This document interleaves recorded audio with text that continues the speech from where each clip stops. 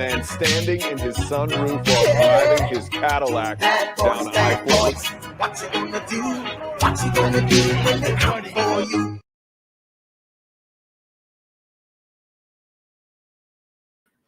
And here I am. Hello, everyone, and welcome to my channel. I'm Reina Creole, of course, bringing you that spice when it comes to sci-fi and pop culture analysis, and of course, keeping it real when it comes to theme parks. And I'm so excited to welcome all of you to a special edition of the Welcome to Florida show, because we are actually going to be EFAPing or breaking down an amazing video documentary from the Defunctland channel, which is Disney's Fastpass. It's such a cool documentary. And you know what? We're actually going to take several episodes of this show to break it down. So we're going to actually kick it out starting tonight with a history of the Fastpass system. So you're going to get some great commentary and insight from myself and my special guest. So let's bring them up. We, of course, got Culture Casino, who is going to be with us, EFAP, in this series, and Dead Man Walking, special guest with us tonight. How you gentlemen doing? I feel very special. Thank you for asking me on, Lorena. And Culture, always good to see you. Glad to be here. Glad you're here. I love it. Yeah, we're excited. Glad to have you here, because you know what? Actually, this EFAP series would not be happening if it were not for you. Because I think about a year ago, you were like, "Hey, Lorena, have you checked out this video on Defunctland about the Fastpass system?" I'm like, "No, I've never seen it." And it's like, "Oh, it's great. Sit down. It's like about an hour and a half." Yeah. And I started watching it, and I'm like, "Oh my goodness, this is literally my master's thesis I'm watching here." So it's going to be interesting breaking this down while I give you some insight, and Culture does, and Dad Man does as well. That's good to hear. That's interesting. It might have been your master's thesis, but we lived through it. We were the guinea pigs. Yeah, I was part. Yeah, I mean, if you consider it all the way back then, at Legacy Fastpass at Disneyland, they were putting us through the ringer, so to speak. So it's gonna be great talking about it. I've got some memories with respect to Disney World, because when I started going, I mean, I remember hearing about e-tickets and stuff, but for me it was when I first started going, like actually seriously remembering going, they had just begun to implement the Fastpass.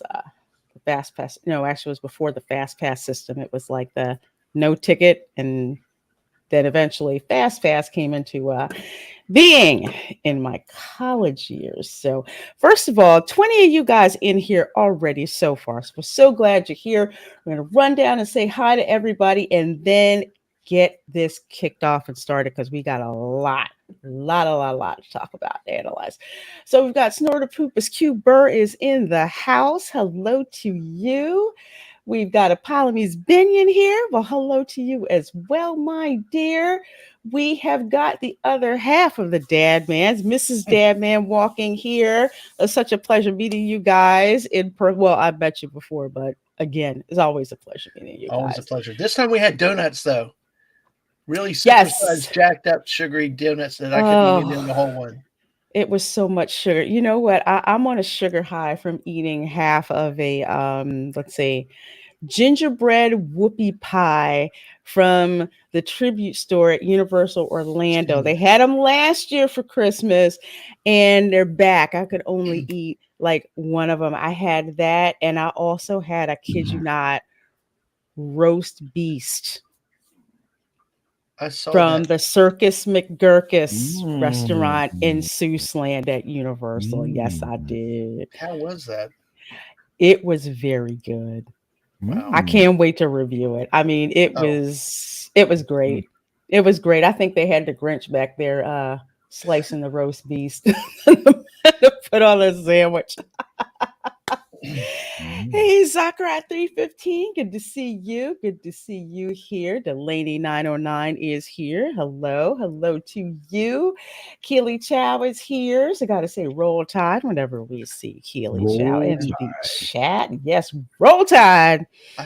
That's hard for me though, but okay, roll tide. I know, man. It's hard. I get you. There you go, culture. It's Florida. Yep. Goof R35 says hello all. Well, hello to you. Hello to you. Mark Daly says hello from the Panhandle. Can't stay. Ian and his girlfriend Nicole have chained me to my desk processing. Yeah, man. Nicole came through and gave y'all a thump. Yeah, it was little. Hey, remember me? Remember hurricanes? It was it was a month ago. Let me just remind you. Yes, absolutely. It's just like, can we get a break? It's like, no, not really. Oh, glad you're here, Mark Daly. Keep you company. And Dylan C is here. Hey, Lorraine and Culture, trying to find some horror movies from the 1920s, specifically from 1923. Oh, well, I am intrigued. Andre might be your friend. Andre from Midnight's Edge. Agreed. Show up tomorrow on Midnight's Edge in the morning. Shoot out a chat about that. I'll try to look for it as the day goes because I'll be over there with everybody tomorrow, and I'll try to make sure that gets some get some eyeballs on it because Andre is a amazing connoisseur of old horror. Absolutely, definitely check his videos out at Midnight's Edge. And Soul Assassin is here, says howdy all. Well, howdy. I'm loving that avatar. We've got J.S. Pena, another channel member. Well, good evening and glad to see you here, my dear. We've got the Lord Commander, Damajanai, who is in the chat, says, hail, chat. Okay, I didn't say that. Did I say this last week? Meeting Damajanai was amazing. Okay. I don't think you did say that last week. I should have said it. I'm going to say it all the time. Dude is amazing. Love that dude. Love him. He's great. You got to meet him. You got to hang out with him. I got to meet him. It was actually my second time getting to meet Damajanai. Did he flirt with you? Of course. Oh, okay. I would be disappointed if he didn't. Good to see you. Actually, Damaj and I, we're having a video premiere on my channel on Tuesday, 5 p.m. with her and myself and Damaj and I. We're going to be talking about the real male to female ratio in fandom. So you do not want to miss that. Interesting. Very interesting discussion. When is this? Tuesday at 5 p.m. Eastern. All right. Yeah, you know what? Color me intrigued. I will show up and watch. All right. Glad to have you. Theme Park Casuals here says, hey, kids. Well, hey, good to see you. Love that theme park vlogger hustle you got going on over there, especially for Knott's Merry Farm. I can't wait to see that. Really good guy. Really good stuff. Yeah. Absolutely. And speaking of good stuff, my girl Positive Fandom is here. Says hello, everybody. We just finished up watching the remaining episodes of The Crown, season 5. Yes. Can I promote you? Oh, sure. You are doing a watch party with her for Brahmastra, I think, coming up here. Yes, we are on Saturday at 6 p.m. Eastern. They have dropped Brahmastra on Hulu. So, folks, if you got Hulu, we're syncing up through Scener and we're watching Brahmastra because it is dubbed in English. Well, dubbed in English. Even if you can watch it without the dubbing, it's still a great film. I'm going to be doing a review on Thursday, but I'm going to join the watch party so I can hang out with you guys. Absolutely. Hey, if you want on the panel, dude, come on. I will send you the invite. Come on. All right. Come on. I will send it to you. Absolutely. Oh, for people asking what a Brahmastra is, imagine Marvel being out Marveled, and based on Indian legend, that is Brahmastra. I flip and kid you not. And let's see, I think that is everyone that we have here. JS Pena, to answer your question, I have not. Pythons do not predominantly live where I do, except at the zoological parks. But if you're further down south, like in Alligator Alley between Naples to Miami, you will have a problem. Problem with them. Lorraine, excuse me, Lorraine, about the Indian, excuse me, the movies from India. You know what I've noticed? So many of our theaters here have a lot of those foreign language movies in it now, more than before the shutdowns and stuff. Yes. It's amazing how many are out in the theaters right now, if you're into that genre. Absolutely. Absolutely. I enjoyed watching the theater. Now I keep looking to see which new ones are coming, and I get disappointed when it isn't near me. Yeah. But I run into that a lot where I have to drive a ways to get to one. Yeah. Yeah, I'm just like I don't feel like driving 30 miles. I mean, why is it not, in the touristy areas in Orlando? But it's growing. It's actually growing. You're seeing more and more Indian cinema and more Korean cinema. That's actually expanding now too. So I'm pretty stoked. There's a lot of good stuff out there that's not marketed. Yeah. The theater we go to primarily, they probably have about 12 theaters, but at least 3 to 4, sometimes 5 lately have had Indian or even Chinese other language movies in them. It's like there's a hole in the American cinema output, but there's obviously demand for the foreign films. Yeah, there certainly is. And Goof R35 says, seems like Disney's ticket systems have always been a mess. Has any of them actually worked well? Yes, and that's what this whole series is about. So 15 of you folks in here watching, thank you so very much. We are going to go ahead and get started. Again, the video, the source of the video is from the Defunctland channel.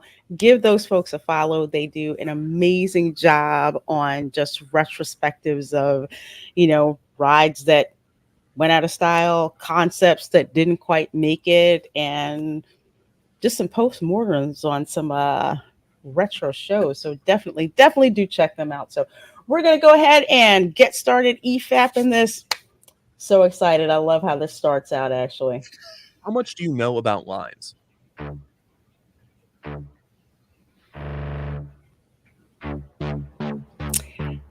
And this is a very, very good question. A line, or a queue, is an organized group of people, or in this case, dots, waiting their turn for some thing. So this is basically known as queuing theory. Yeah, exactly. So remember that question, how much do you know about lines? If you've ever been to a Disney park, or let's face it, even if you've been to into a supermarket, you know how lines are. But when it comes to theme parks, lines are especially important.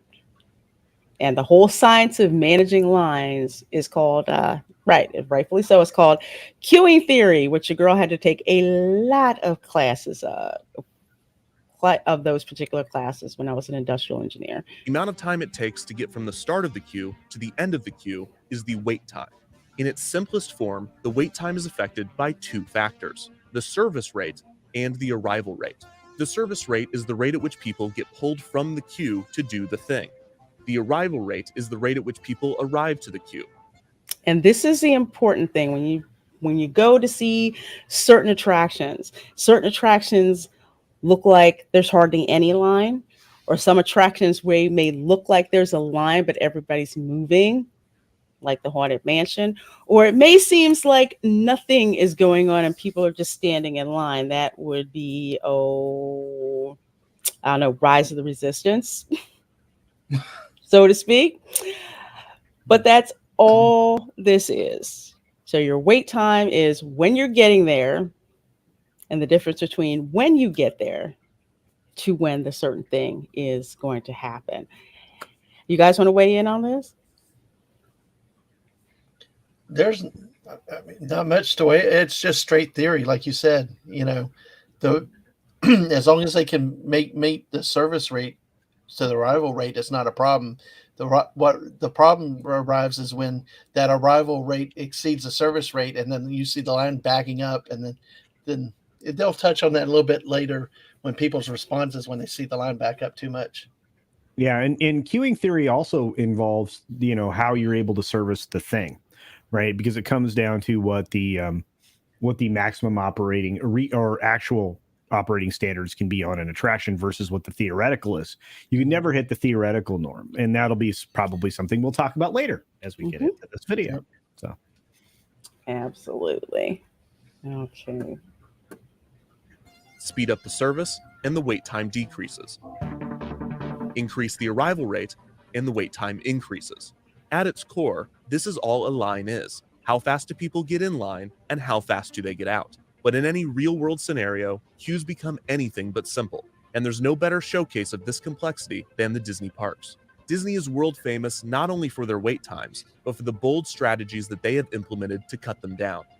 So just another thing to add for folks, like I said, this whole documentary literally is like my master's thesis. When I was in graduate school for engineering, when we were studying queuing theory, we basically sat in several Disney parks and watched how they queued up for certain rides, watched how some rides or attractions seem to just push a bunch of people through, and some rides you're kind of just like stayed there and the line was stagnant. But we had to observe what that was to go into the different models that we would make. So I spent a lot of time watching people. To truly understand this topic, it is not enough to simply learn the history. We must deep dive into the technicalities and psychology of queuing and fully examine the many ways that Disney has tried to tackle the issue of lines.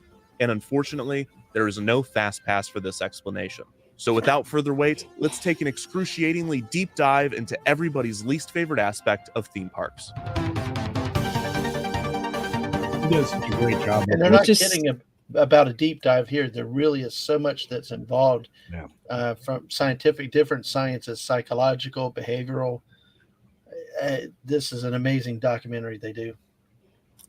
Yeah, I was just blown away by how much work went into this, because not only did you tell me about it, Dad Man, but when Len Testa, who he has a computer science background, when he said he had actually done a QA viewing of this documentary, that's when I knew that I had to go and check it out. Awesome.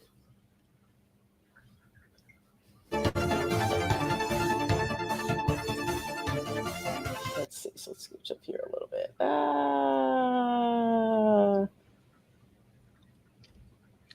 To the public, with 2 resort hotels and 1 theme park, the Magic Kingdom. Within the first year of opening, Walt Disney World began to experience the problem that had long plagued Disneyland Park in Anaheim: long waits for attractions. 2 of the most dreaded waits were for the 20,000 Leagues Under the Sea ride and the Country Bear Jamboree show. Now, Dad Man, does that ring any bells for you? Were you there when these 2 particular attractions opened? Only a couple of times. I vaguely remember 20,000 Leagues. I do remember it, but not. I was really young then, and I don't remember when they discontinued the ride, but I don't think I was familiar with it after. But obviously, Country Bear Jamboree, the early days, and it's funny the way they present this now, how it was one of the crowded rides back then. And you know where it is today is it's usually can get in there pretty easily. Yeah. Take a nap or something in the back. Yeah. But yeah, I mean, I remember that, I remember certain rides like the Country Bears was really packed all the time. You had to really wait to get into it. Well, and that's true. And in fact, Country Bear in a summer's day will be somewhat crowded as well, for the very reasons that Dad just talked about it. There's air conditioning and it's a show, and it gets dark, so you can take a nap.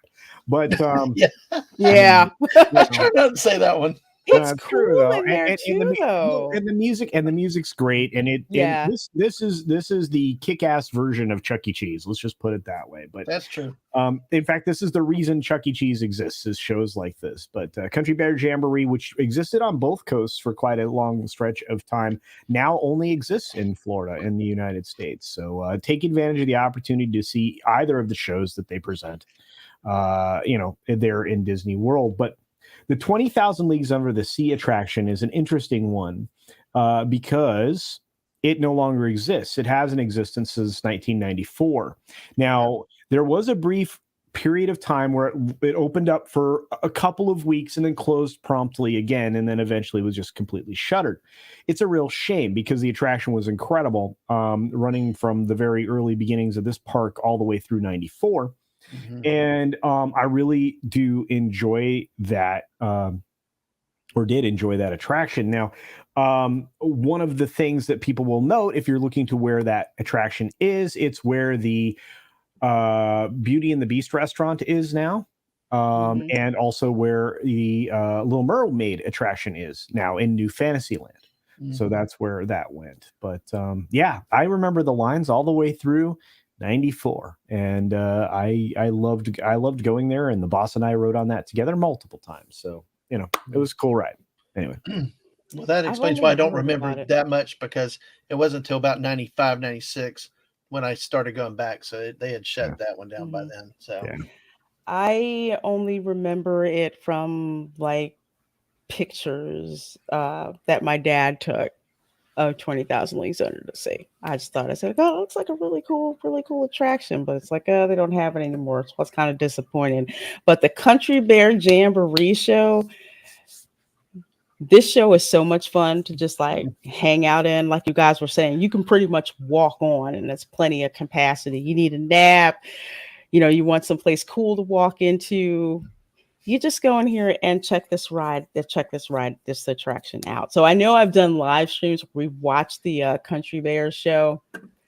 It's fun, and it's reminiscent of old school Imagineering, where just so many entertaining aspects, from the way that the theater is designed, from the way that the animatronics are, the musical numbers, everything from the mounted heads on the on the wall, and the cast members as well. It's a fun attraction. The wait for 20,000 Leagues consistently sat at 1 hour, and the wait for the Country Bear Jamboree could go over an hour on busier days. This might be surprising to you if you visited the parks recently. Today, the Country Bear Jamboree almost never fills its theater, and 20,000 Leagues no longer exists. However, when Magic Kingdom opened, these two attractions had some of the longest waits in the park. That part interested me. Well, there were some really neat features in 20,000 Leagues Under the Sea, right? There were elements of the film literally represented in that. It's not like the submarine ride at Disneyland that has gone through multiple iterations over time, where now you're like, it's I don't really enjoy it. But anyway, in Disney World, sorry, I'm just not going to trash things that other people like, but this particular attraction, you ended up being attacked by the giant squid. It was cool as heck, and there were moments in there that I really did enjoy. So, it is what it is. I just would have loved to have been able to check it out, just from the pictures that my dad had took. It's like you're sitting there and you can look through the porthole and you can see like all the fish, and just like you were saying, Culture, the tentacles of this quote unquote sea monster that attacked you.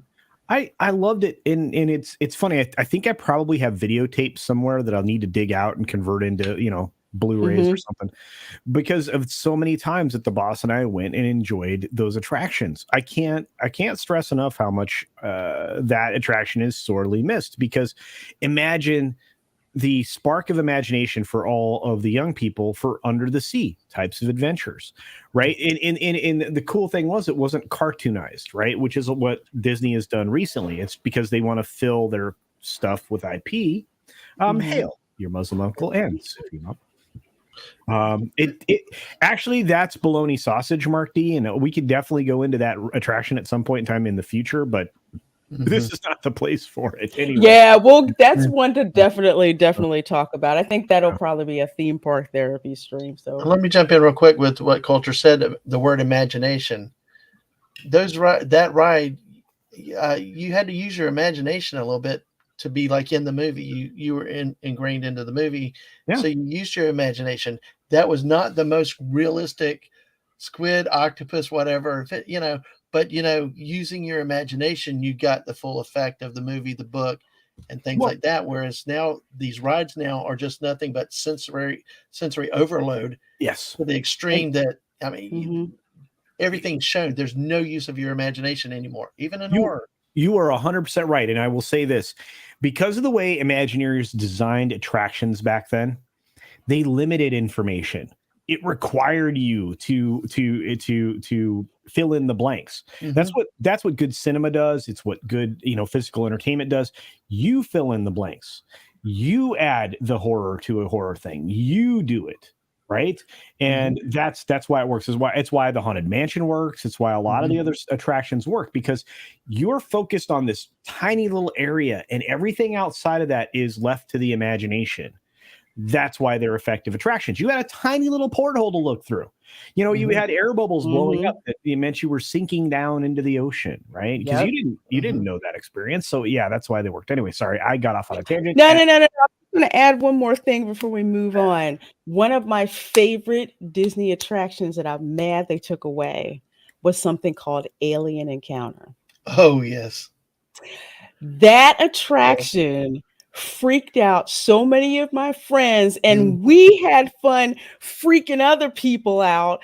People would be in there in the attraction. They're like, is it really that scary? We're just like, yeah, it's really this scary. It gets dark and you get the thing bouncing on your shoulders, and all of a sudden feel like air on the back of your neck. And when they like killed somebody, you thought that there was blood dripping on you because all you felt was water, but just that psychological part to it. It was one of the best freaking attractions ever. I'm so mad they got rid of it. And it worked. It worked for 100 different reasons. Disney was the first to experiment with monaural audio, and they used it, and they put that right here. They piped different timed sounds into yours. Everybody in the theater, you didn't know it, was hearing exactly the same thing at exactly the same time.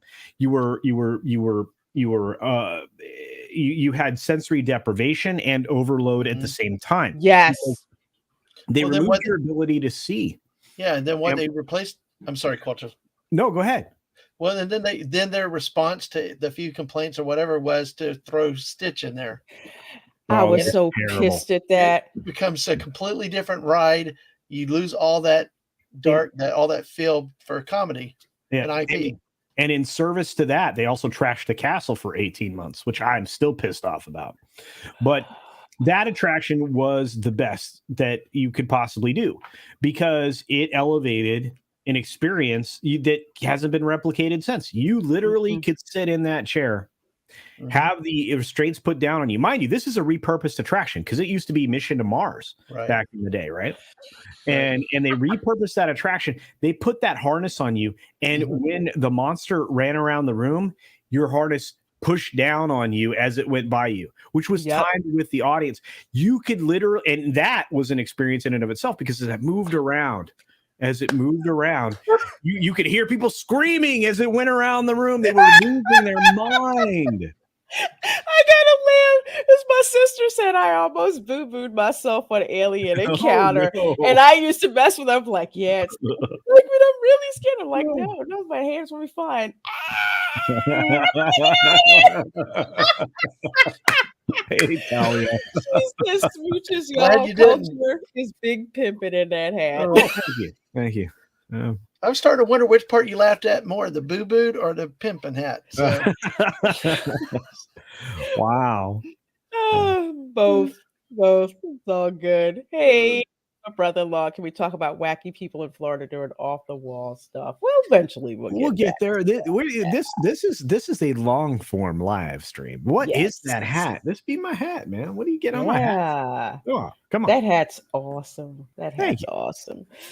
So let's see. Let's Keep chugging This can along be explained by here. looking at the arrival rate and service rate of these I attractions. love how they pick out these like old articles. So this is a The great service rate for theme explanation park here. attractions is generally measured in hourly capacity, or how many guests can board an attraction within 1 hour. 20,000 Leagues was a low-capacity attraction, only able to accommodate around 1,200 guests per hour. Compare this to the Haunted Mansion, which can accommodate around 2,800 guests per hour. This difference was due to their ride systems. The Haunted Mansion is a continuously operating Omnimover system, while 20,000 Leagues could only seat 40 guests in each submarine and could only operate up to 9 submarines at a time. So when people, go ahead. I'm sorry. Go I was ahead. just going to say, and Mark D with a C, you were talking about why they shut the attraction down. It was because of the capacity, the hourly capacity of the attraction that it shut down, not because of maintenance issues. That was not the issue. They did have to deliver a higher level service level because it took more cast members and they were servicing less guests. So that's where the inefficiency was. Whereas with the ride system that you look down below, which is the Omnimover system invented by Bob Gurr, that was the game changer for almost all Disney attractions for a long period of time. Every single efficient ride system designed at Disney up until 2013 was designed by Bob Gurr. So when you get on anything that's an Omnimover, which would be Haunted Mansion, Little Mermaid, Spaceship Earth, anything with that ride moving, that Peter Pan. That was all Bob Gurr, and that's why those things work. So anyway, sorry, I just had to. No. I'm glad you did because this is the difference. It's also the difference that you notice when I do live streams. Whenever we go on an Omnimover ride, you notice the lines are very smooth. They keep going because they can handle so many people at a time. Even when, like, say at the Haunted Mansion, when, like, say the wait is like 40 minutes and whatnot, the line is still moving. So even though it seems like a 40-minute wait, the way that the outside queue is themed and everything inside is themed, you're still moving. I want to say, is Pirates of the Caribbean, that wouldn't really be, I guess that really wouldn't be an Omnimover. No, it's not. It's right, you 'cause walk it's up water. the line and you get it's like Small World. You walk Okay. in there to the point, and then you get loaded on the rows. Okay, that's what I thought. Okay. So in a 12-hour day at the park. Oh, I'm sorry. Go ahead. I'm curious though about if replacing the 20,000 Leagues Under the Sea, but one of the greatest of all times, the Tomorrowland, the racetrack there. It's like, I wonder, because that's ideal as kids. That's the ride everybody wanted to go do, but it seems like to me they would have the same type of problem there. How many guests can they really serve on that ride versus the Haunted Mansion? Yet they keep that around today. You're talking about the Autopia or whatever it's described at the park? The Speedway. Yep. Speedway, yeah. Those attractions, of course, are just their place there because they are considered a family experience. Walt actually designated those as family experiences, just like Jungle Cruise, which is horrifically slow. There is a lot of under capacity or low utilization attractions in the theme parks that just they'll never go anywhere because they're considered a classic. The Disneyland will be the first to lose more of its speedway space, as will Florida also has way too much. That takes up so many acres of space. There have been conversation around that. In fact, those particular areas in those two theme parks were originally the redevelopment sites for things like Bald Mountain and things like that. We can get into that, all the blue sky stuff another stream, but I can talk about this forever, obviously. Yeah. I hear you. Your Muslim uncle, thank you so much for that $1.99 super chat. And please say hello to Sufi Mom for me. Says, I love the Pan Am ride my seesaw. Yeah, that's Pan Am. Yeah. If you had wings. What was it? If you had wings, and then it became. We called it. Oh gosh, it was from Eastern Airlines. My dad had pictures of it. Yeah. And then it was if you had wings, and then it was something like Future Flight, and then in Disneyland it was redone as the Journey into Inner Space, and then it was and then it eventually became Star Tours. So there you go. Oh, okay. I just remember watching film reels my dad had. I was like, And if you had wings, and they're like skiing and all that. And the Ride My Seesaw quote there was from a Moody Blues song, by the way. Oh, Yeah. Anyway, okay. I think it became Buzz Lightyear over in Florida, because I remember that that final space. You had that big wide open. Exactly what Oh yeah, that yeah, point where you would take off right there. Those buildings were very uniquely designed, and they served well to be omnimover spaces because of how tight you could, again, because of the ride engineering and ride design and the fact that you could load a lot of people there, you could put them in front of something in a very small space, which again it's the genius of those ride designers at the point in time. Anyway, I gotta shut up or we'll never get through this. Absolutely. Looking at this difference another way, if 1,000 guests were in line for both attractions, the wait time for the Haunted Mansion would be 35 minutes, while the wait time for 20,000 Leagues would be 1 hour and 20 minutes. And that's the kicker there. So like they were saying, only able to accommodate around, depending on how many people are arriving and the capacity that can be handled. Number of riders. Sorry, I'm going to skip a little bit. That's why the lines are the way they are. 20,000 Leagues Under the Sea. Looking at this difference another way, if 1,000 guests were in line for both attractions, the wait time for the Haunted Mansion would be 35 minutes, while the wait time for 20,000 Leagues would be 1 hour and 20 minutes. The Country Bear Jamboree had an even lower capacity than 20,000 Leagues, but its issue was less in its service rate and more in its arrival rate. While the capacity of a ride is determined by design and operation, the arrival rate is mainly determined by guest demand. So yeah, prime example. Okay, if you go into I know theme park couch like 45 minutes live, and we're 4 minutes into the video. We'll get there. We'll get there. Oh, we'll get there. Actually, we have a defined cutoff. We do. This might take us a year to get through, but it'll be worth it. I promise. Yeah. You're gonna love it. Right. You're gonna love it. Yeah, but this is also a problem that modern rides at Disney suffer from now because they're artificially created. We can't talk about that till the end of the video, but we'll get there, guys. I promise. Yeah, we'll get there. So arrival rate, guest demand, prime example. Like let's say, I'll use this modern one. You get to Hollywood Studios. Okay.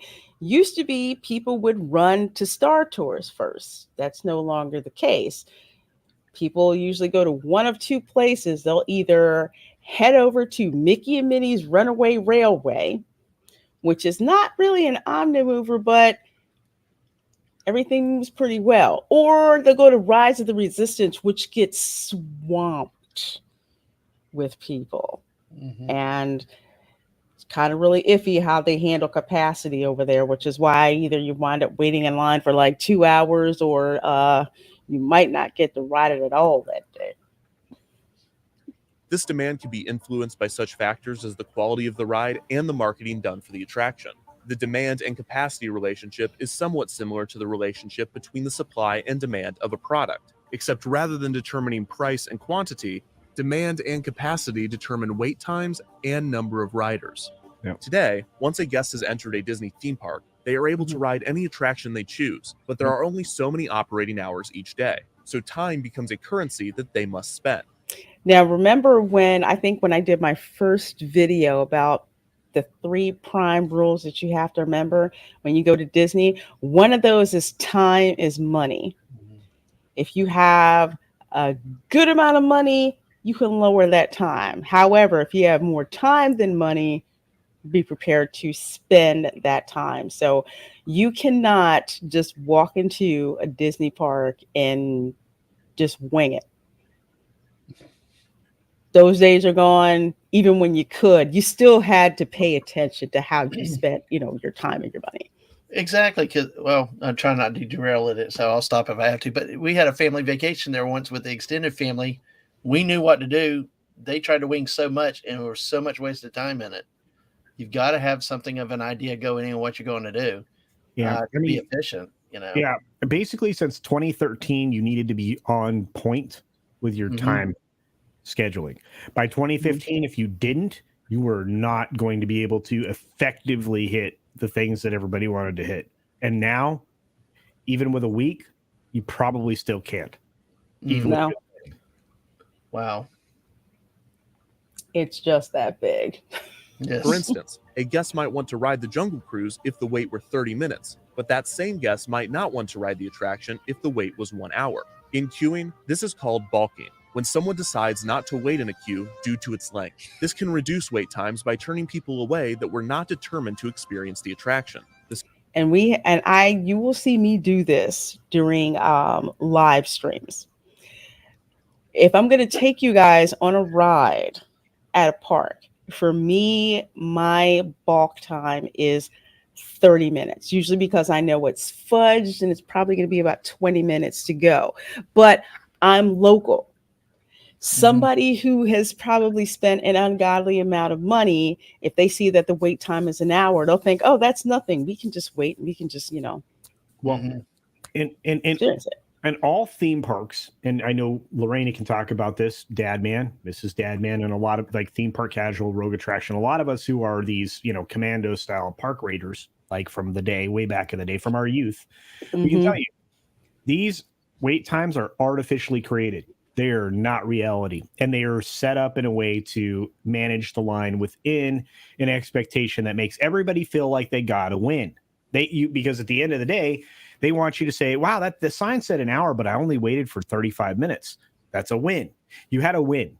But at the same time, it detoured a whole lot of other people from joining that line.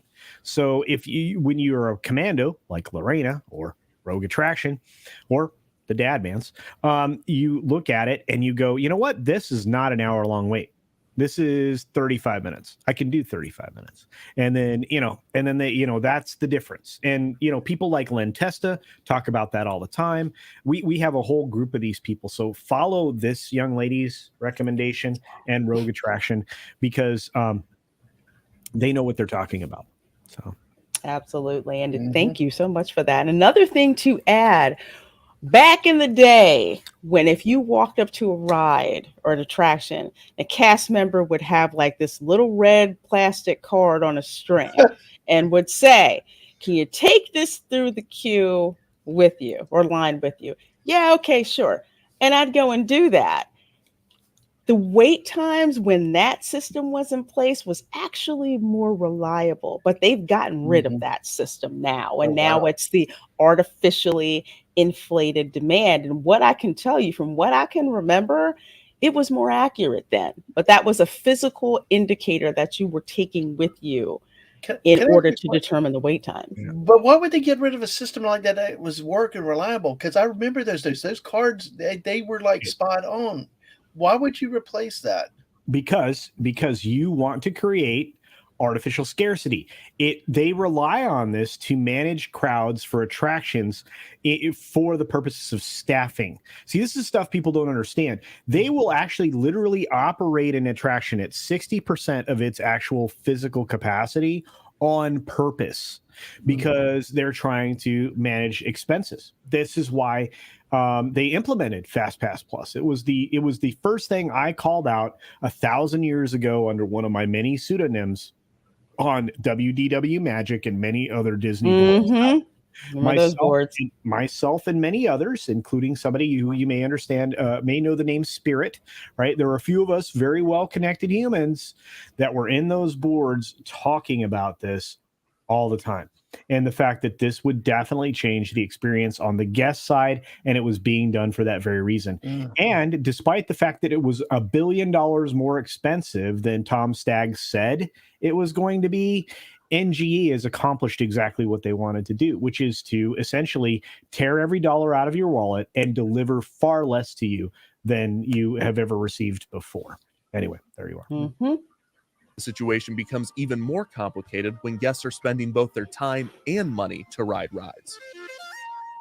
When it opened, Walt Disney World utilized a ticket book system in which guests needed to purchase tickets both to enter the park and to ride the majority of the park's attractions, with each attraction distinguished with a letter A through E, with E being the most thrilling and popular attractions. Yep. I remember seeing pictures of this. I actually, my dad had stubs from this. I'm sorry, go ahead. I still have ticket books. That's really cool. I just thought these were so cool because when I used to go to this local, well, it's not family park anymore. I think the people who own Knott's Berry Farm bought it, this park called Dorney Park. At the time, they had ticket books like this. So the more popular attractions, you paid more money per ticket to go. For the not so much ones in demand, it was less amounts of money.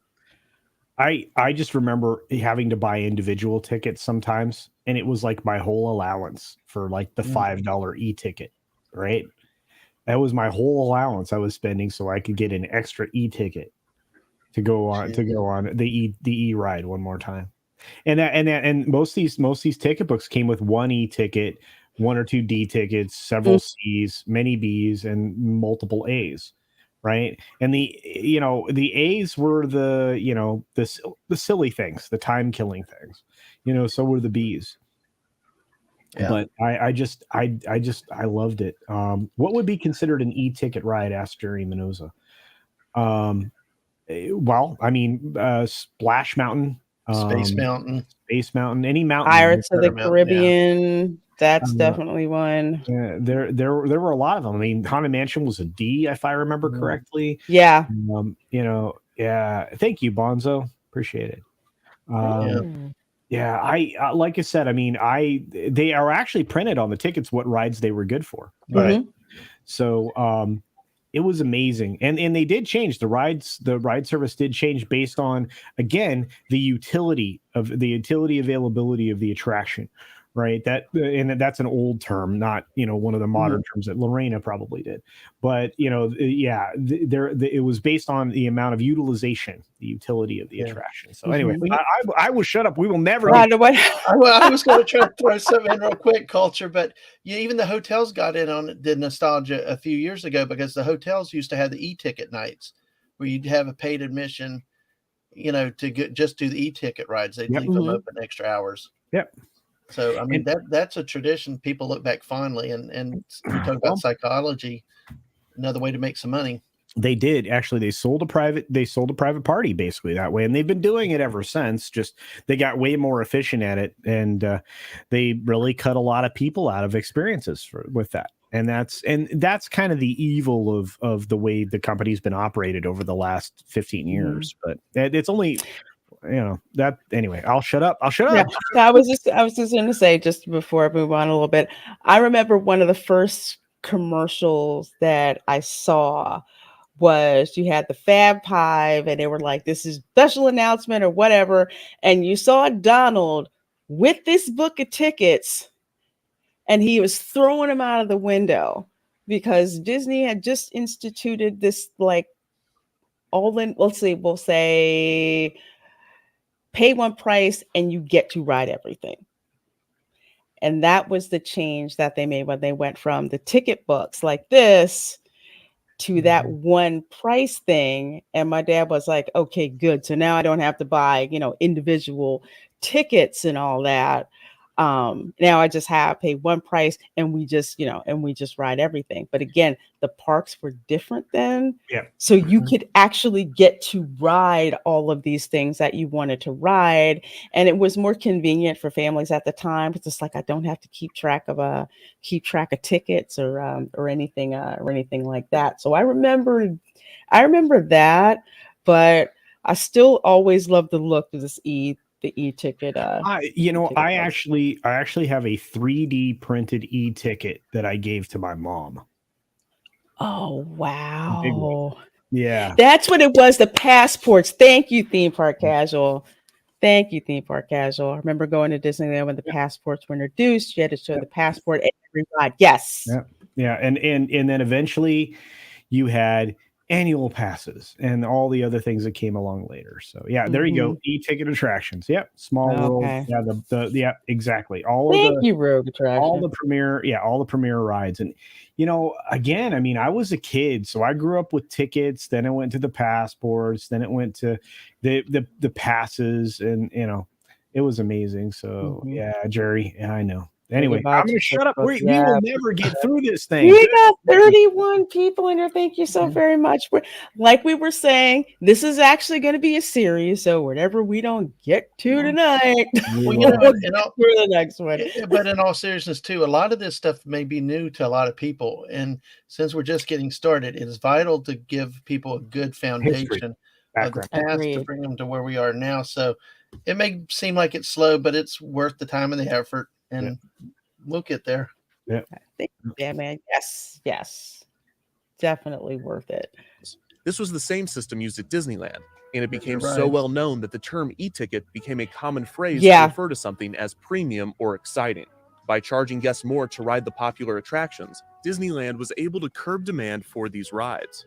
However, at Walt Disney World, this system often had the opposite effect. When the resort opened, guests knew little about the park's unique attractions, but they already understood the A through E ticket system. So when visitors made their decisions, they often looked at how Disney ranked and priced their own attractions. The Country Bear Jamboree, a musical show with animatronic characters unknown to guests, was listed as an E-ticket, while the Mickey Mouse Revue, a musical show with animatronic characters well known to guests, was listed as a D-ticket. Now that I think that was not functional. Well, not there anymore when I started going to the parks. This was actually a great thing. I mean, a lot of those characters there were repurposed into Splash Mountain, but now is this Disneyland specifically here? I think we're looking at Disney World. Yeah, we're looking at Disney. Yeah, we're looking at Disney World. This attraction currently exists in Fantasyland is a different thing right now. I can't remember its current name. It's in the same theater location. On the left hand, when you walk through the castle, it's on the left hand side. And we just had a family get into a fight. Philhar Magic. Yeah, Philhar Magic. So okay. This is Dad. Yeah. Can you feel the love tonight? Yeah, I'm not that night. This is what happens when my brain melts. I cannot remember the name of things. So yeah, but I couldn't. Yeah, everybody's saying it. Philhar Magic, Philhar Magic. Yeah, I'm looking. I'm like, I do not remember. It really wasn't that long ago, and the original attraction was one of the few early on that featured fiber optic lighting and effects back then. Yeah, man, I'm really showing my age in my in my Imagineering stuff. I'm gonna be quiet. Oh, no worries. That's okay. That's why we're nerding out around this stuff. Was the better show, resulting in a false demand, leading to longer lines. This false demand was recognized by a Disney employee named Bruce Laval. Laval graduated from the University of Florida with. Okay, go Gators. That's all I'm going to say right now. He actually changed the way things were queued. And anyway, keep going. This is great background. He absolutely did. When I was studying for my graduate degree in engineering, Laval's work was brought up repeatedly.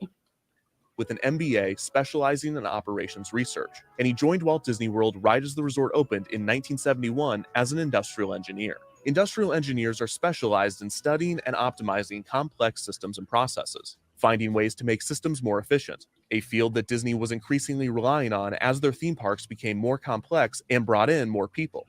Now, when I was a research assistant in the industrial engineering department, we spent a lot of time studying using Disney as a case study. So let me see. Oh, I got a member chat.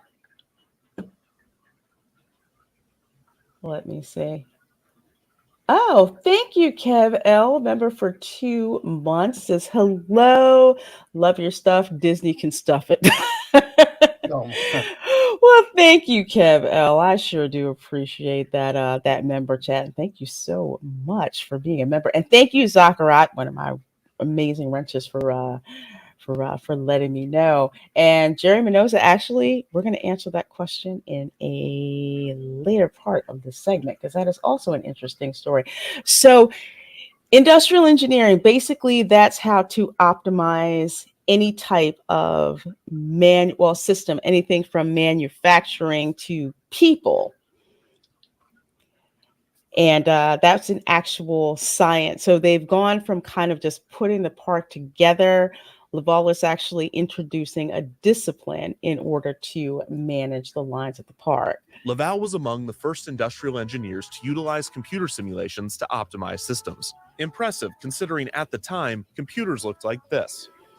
Within the first few years he worked for the company, Laval noticed the false demand being created by the A through E ticket system and argued for its removal. The idea made it almost to the testing phase for Magic Kingdom when top Disney executives, resistant to change, learned of the plan and shut it down.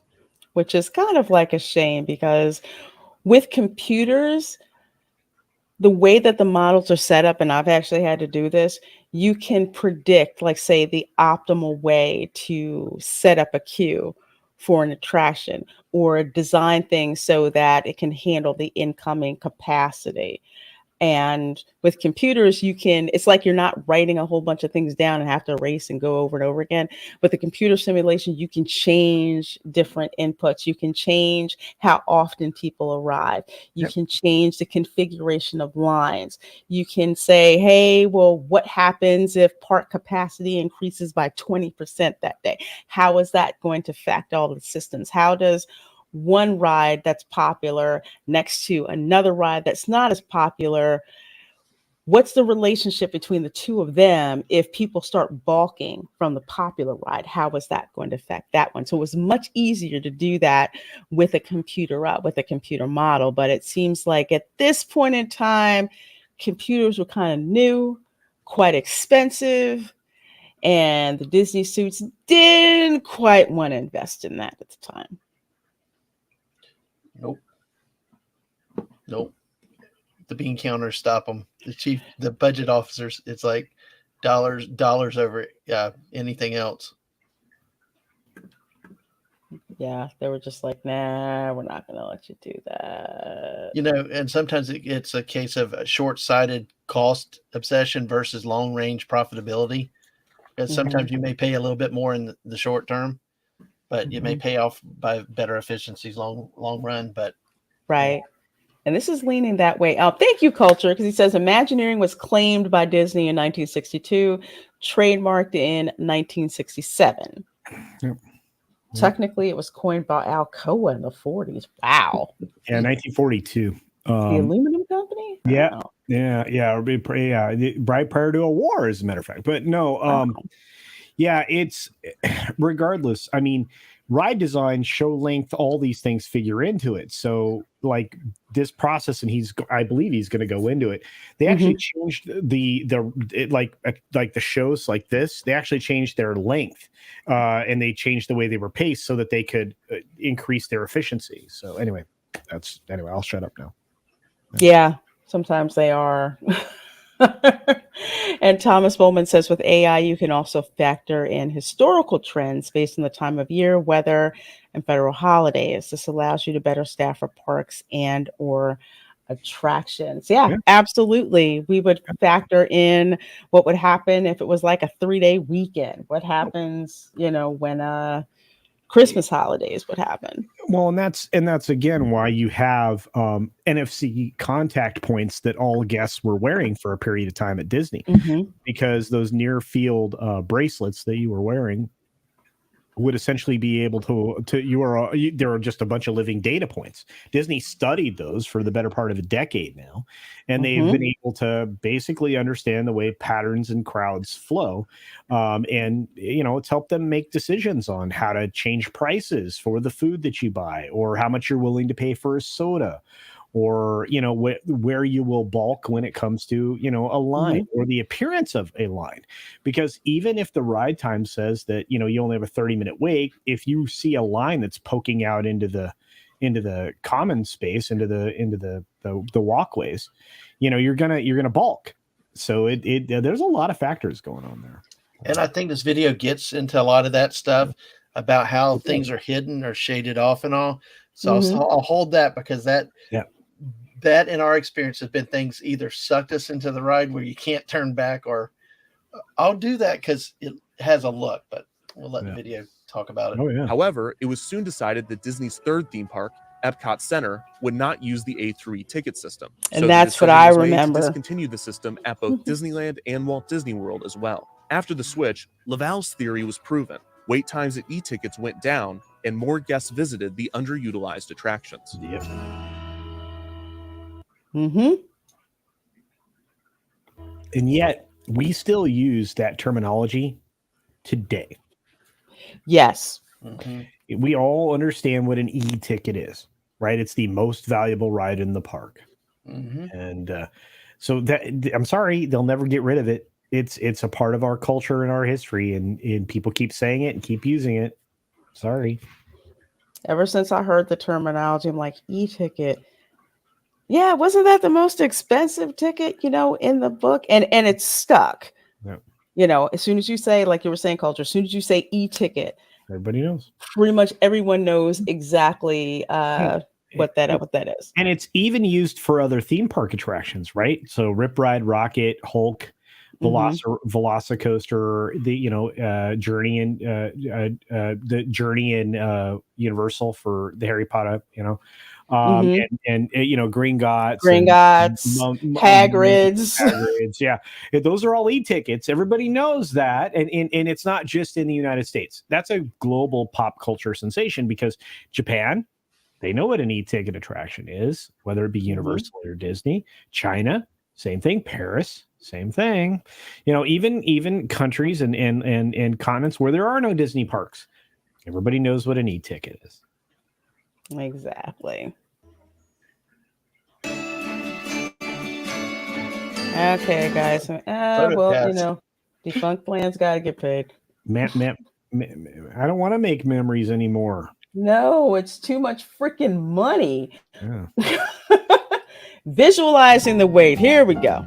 Long lines were by no means eliminated from the guest experience after the A through E ticket system was discontinued. In fact, lines were the #1 guest complaint at all 3 Disney parks. This is why when Disney opened its first international park, Tokyo Disneyland, in 1983, many within the company were surprised at the patience and endurance of Japanese tourists to withstand long lines, especially when compared to Americans. This is because different cultures have different reactions to queuing, with Americans tending to be some of the most impatient, right up there with the French. Which I understand. I was surprised when he said along with the French. I'm like, oh, okay, We got wow. a shot in there. Yeah, just loved it. By the way, the Chinese are impatient as well. That, of course, this video was made prior to China opening, Shanghai. But anyway. Yeah, I just the lines, even as a kid, I remember the lines being horrendous because my family, who just could not get moving, we'd be stuck in attraction lines for like 2 hours or something like that. And that was the biggest complaint, was just how long things were. And with back then, and again, we're looking at really old footage because ooh, man, check it out. Look at the hat with the mesh in the back of back it. Back in 82, when Epcot opened, right? That's right. Was it 82? 82, I think. Yeah.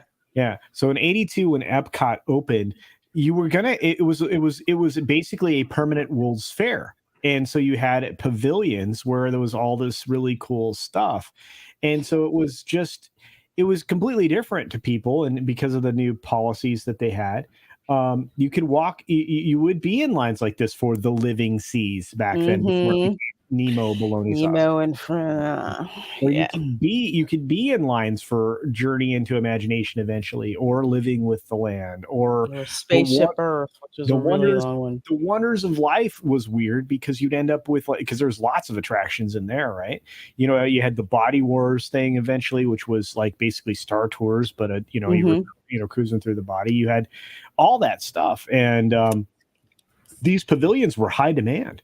So it like I said, I mean, it was common for people to wait in line, and in Florida that could be uncomfortable, especially in 100-degree weather with the heat index and how hot it was. I just remember being just absolutely miserable being in these lines in July, but that was the only time that my dad could get off from work. for a vacation. So lines seem to be part of the entire experience. It Although I was. will say I've never seen lines back then the way that I see them now. Well, Whatever. yeah, and Walcott is completely destroyed. I mean, let's be Oh honest. God, Here- yeah. Here's an interesting thing. We are probably looking at converted 8mm. What do you think? Is that? Or you think? Yeah, I That's think so? yeah, I think So it is. do you see that there is a complete color wash on the stripe on the monorail? Because Yeah, what would you think that would be? Like red? You think that's red? I think it is. Yeah, I don't know. Red It's or weird. purple? I don't know. It's weird. I'm trying to figure out what color it is. Yeah. Again, because of the color wash. Yeah, we being can't really tell 8mm, exactly yeah. which one it is. Yeah. Well, it probably smells better Oh. than it does today. You know what? It actually could be orange. You're right, Jerry. It could be orange. It's hard to tell. That's the problem. But Yeah. oh yeah, the which Disney monorail. would learn soon enough. Yeah. Also, people's reactions to queues change significantly over time, and the Disney parks have played a major role in this evolution. The most common type of queue at Disney is called the switchback Oh, wait till we get into this one. Mhm. Switchback. queue, in which guests snake back and forth in a zigzag motion.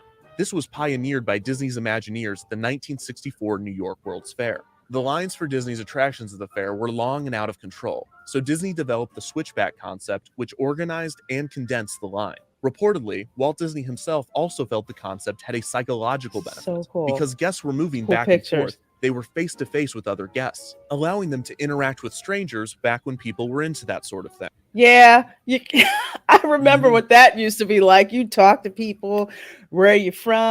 I still do. You know, Yeah. I still do that. I can't love believe those someone lines. does You that. meet people from all over the world and have conversations, and we embarrassed our kids. The missus and I would talk to complete strangers, and our kids are like trying to like tell us to be quiet.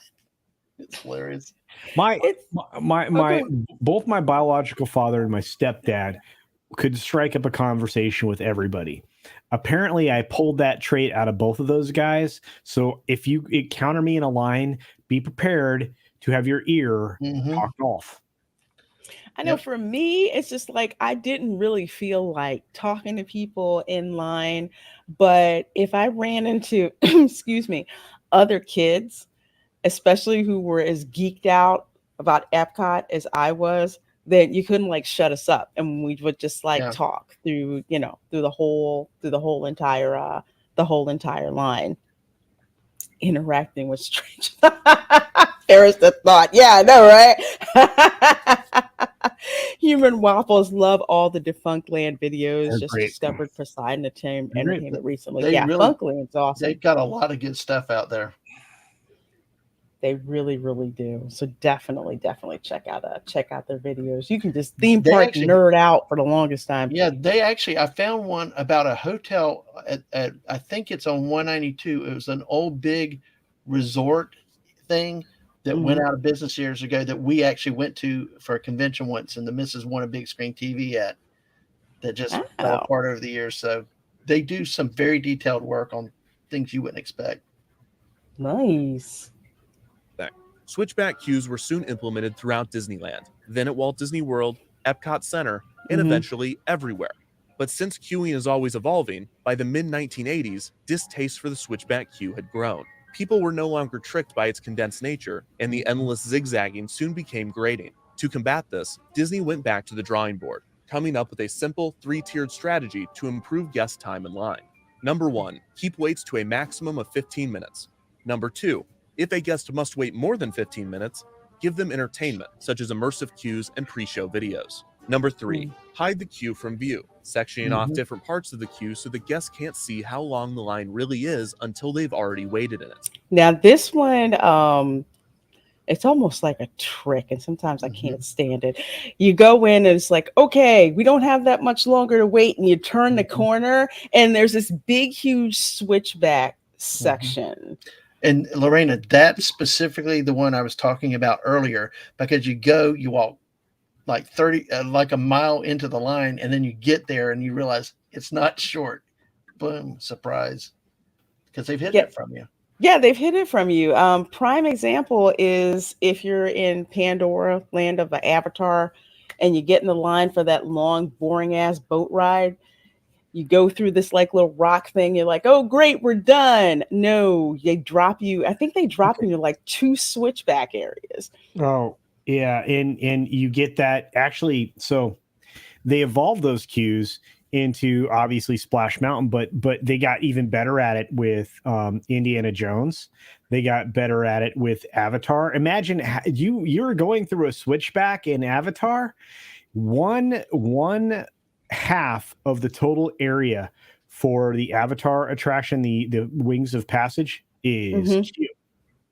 One half of that entire area is queue.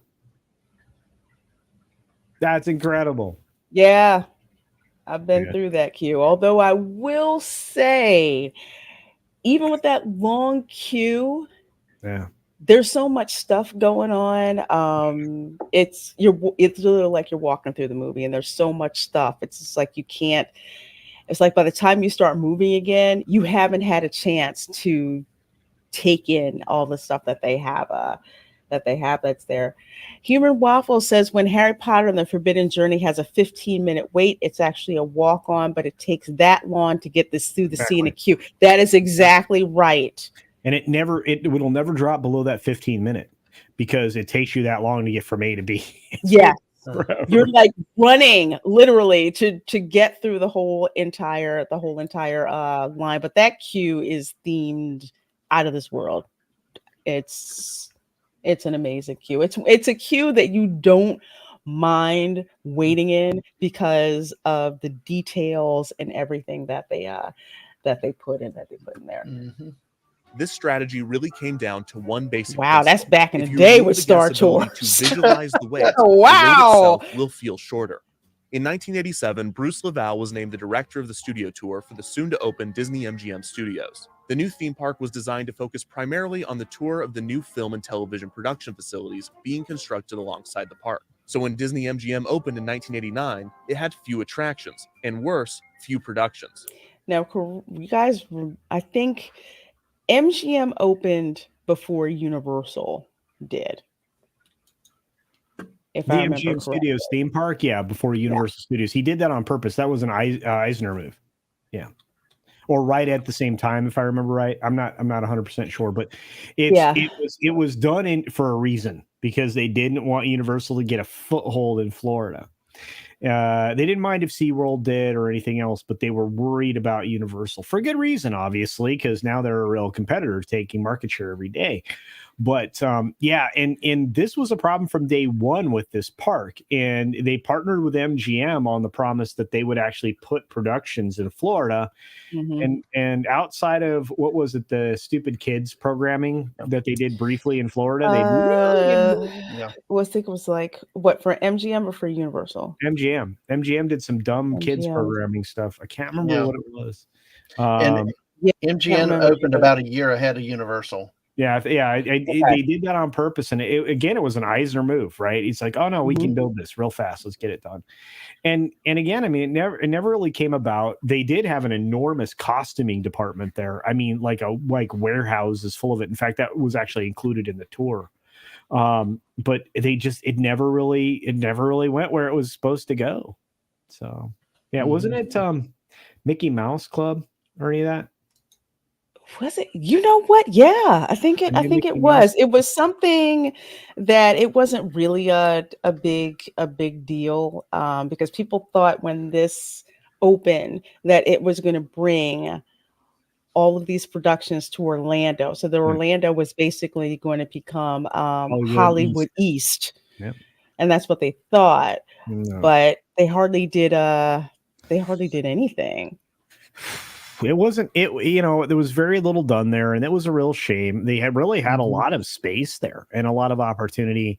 And of course they had, the Disaster Canyon. I forget what it was called then. Catastrophe Canyon. Yeah. And it was just, and it was fine, but it didn't work. I mean, it didn't work, and MGM didn't really bring any stuff over there, and Disney wasn't really invested there. Burbank was still like, no, we're going to keep making stuff on all these sound stages we pay for, so it didn't go well. Yeah, it was the tour, backlot tour. backlot tour, and Yeah. but they did have the house exterior shot for the Golden Girls house. You know, They did. And then There are a couple of famous exterior shots that they did there. It wasn't, I think, Full House. Full House was shot. They did an exterior shot for Full House there. You know, and just, I don't know. It was dumb. It didn't really go anywhere. It was kind of like it was there. And even though it was there first when Universal opened, right, that was actually a big deal because you could actually go, like, I actually remember this. There was shots. God, I'm old. They had the Ghostbusters stunt show. Yeah. And I remember going to the technical rehearsal for that. And it was like, wow, you can actually go and have that kind of experience at Universal. And they didn't have that at MGM. Also, Universal, the Nickelodeon was a live hot set. I mean, they were filming live Double shows, Dare. Yeah, on their actual studio. Wasn't that out by where the Men in Black thing was? There was a stunt show back in there. This is up towards the front, off to the left, kind of where that front roller coaster is. It's right where the sound stages were over there. If you go to where it's Ride Rocket, not Jimmy Neutron now, but the Minions, and make a left, the Universal recording studio is up front in that area. So that's where they keep all the sound stages. Well, the sound stages had prepared, but now they mostly use them for special events and Halloween Horror Nights. Yeah. And that's kind of a shame, right? Because what I think they should do is basically put Hollywood Horror Nights in its own location, you know, and start to use that space. And I think they probably will. They're gonna be forced to. They gotta grow. They're getting bigger and bigger than Disney. I mean, they're gonna have to. Halloween Horror Nights it's to the point now where when Halloween Horror Nights happens, it's a major capacity issue. Yeah, it's too big. And it's just it's what it did have was an excess of people. Crowds flocked to Disney MGM to find long lines. I remember the Monster Sound show, but there really wasn't much to do. Said, quote, you can have the greatest show in the park. world, but if you have a 3-hour wait out there, people are going to leave the park dissatisfied. Boom. Maybe they should know this when it comes to the Rise of the Resistance. This is so Immediately bad. after the article was published, the Orlando Sentinel received a call from a man named Michael Eisner, who was the CEO of Disney at the time. Eisner assured the public, as well as the Disney employees quoted in Sunday's paper, that the park would be expanded with more attractions, stating, quote, "We do not want the lines to be that long. We are trying to rectify that as soon as we can." In 1995, Laval was promoted to Executive Vice President of Operations, now assuming responsibility for all park and resort operations at the Disney parks. Laval had held many different positions at the company, but his industrial engineering background had stayed with him, and the mounting issues with wait times led Laval and his team to develop something big. Here we go. Yep. In the mid-1990s, Laval and his team began experimenting with the idea of transitioning certain attractions at the Disney parks to a reservation-only system. So just to let folks know, this is the genesis of the Fastpass system. Now, okay, keep going. Otherwise, I'm going to talk for 20 minutes. The idea was to give guests a reservation time for an attraction so that they would not have to wait in line. Similar to a restaurant, guests would simply arrive at the attraction for their reservation and would be seated immediately.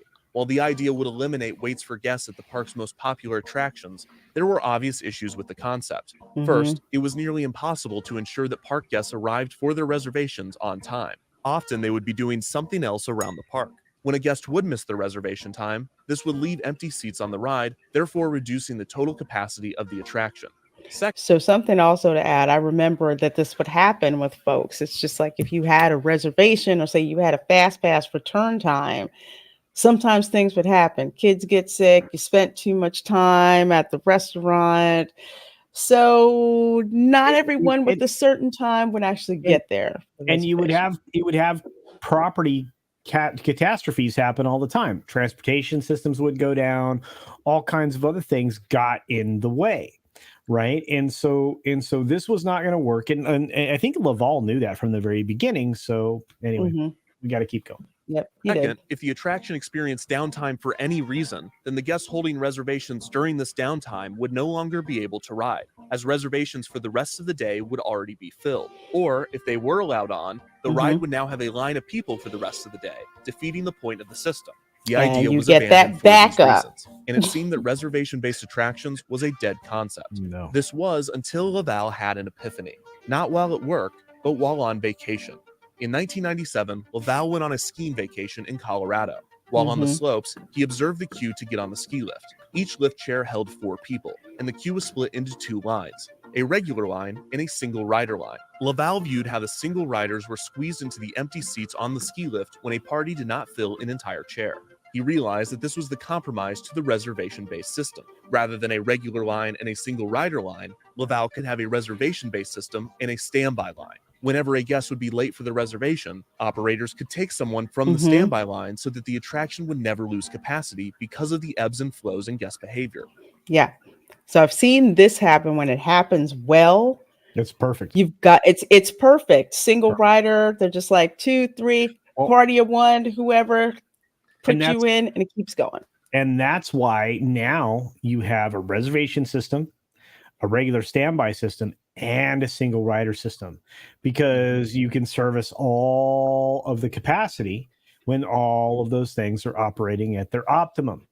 And it gets you closer to the theoretical maximum, which is impossible to achieve. Anyway.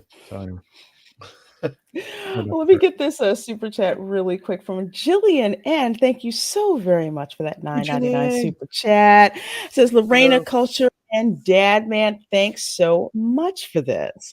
We're going to Disneyland on December 26th with only regular tickets and no interest in specific rides, yet we'd like to ride something. Should we worry? No, but there is a version of this thing, the genie thing there, called, wow, gosh, I can't even remember the name of it. But what's it called? It's not Fastpass. Is it Genie Plus?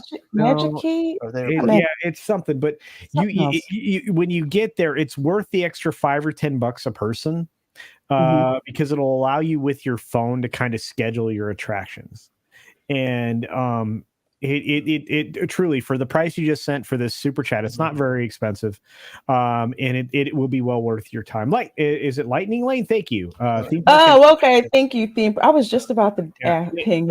And you don't need to worry terribly. The standby times are very well managed. The biggest problem that you're going to confront is crowds on the 26th, because the day after Christmas, it's busy. I tell you, we avoided. We stayed there a few times on Christmas, but we knew not to go on Christmas Day, and we pretty much left the day after Christmas, because that week between Christmas and New Year's, and I'm only talking Orlando, so I imagine California. No, California is it's completely different. That it was just, you couldn't move at times around there because of the crowd. But plan ahead, though. I would say also plan ahead. Do your Lightning Link. Try to do that stuff as far in advance as you can. Yeah, and theme park casual is giving you kind of the breakdown. Genie Plus allows for reservation times of individual Lightning lanes are additional and do not require Genie Plus. All of these systems can work well if you don't mind spending a few extra dollars. My concern for you, and it always is the same, if you are a new visitor, or if you haven't done anything, get there early. Rope drop with your friend. If you're staying on property at either Disneyland Hotel, it's now Pixar Pier, right? Did they rename it finally? And Grand California. If you're staying in any one of those 3 on-property hotels, utilize the additional benefits that they give you with the early entry. Because that's your friend too. So the earlier you get there, based on the earliest possible time, the better off you'll be.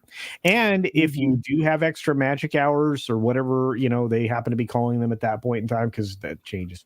But if you do have those extra hours, go earlier than that, even, because they actually start to queue people well before those times actually start.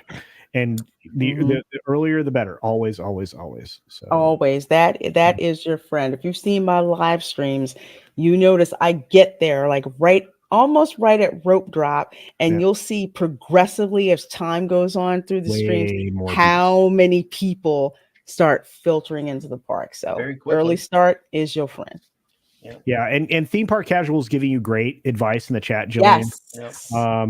Man, I really wish I could get over there because I would be happy to be your tour guide. Disneyland was my home park since I was, I don't know, 3 or something. So I mean, I went there before I could walk, so I didn't do anything that I remember. But I miss it. But I gotta go back. Disneyland was my home park growing up. So I gotta. But you know what, Jillian, Lorena, myself, anybody will be happy to walk you through this because it's a very key to again get there early and have a plan of attack. Look at the maps early, the whole 9 yards, and do evaluate Genie Plus and Lightning Lane because those systems can work for you whether you're in California or Florida. And stay late too. And stay late. I mean, if you go back to your hotel, rest or whatever. We were famous for shutting the parks down because I mean, it's open to midnight. The lines go down late. They do. I remember several times, let's say I've shut down Pirates of the Caribbean, shut down what is that other one? Oh my gosh, Mission Space. Because my niece was like, why are they all clapping? I said, because we were the last ones riding at the night. They are trying to go home. So that's why, and they were all, the cast members were all lined up in the hallway clapping as we all left. We're ready to go home. Well, listen, we were such bad parents that I got photographic proof that my kids were riding the Tomorrowland Speedway at 2:54 a.m. one night.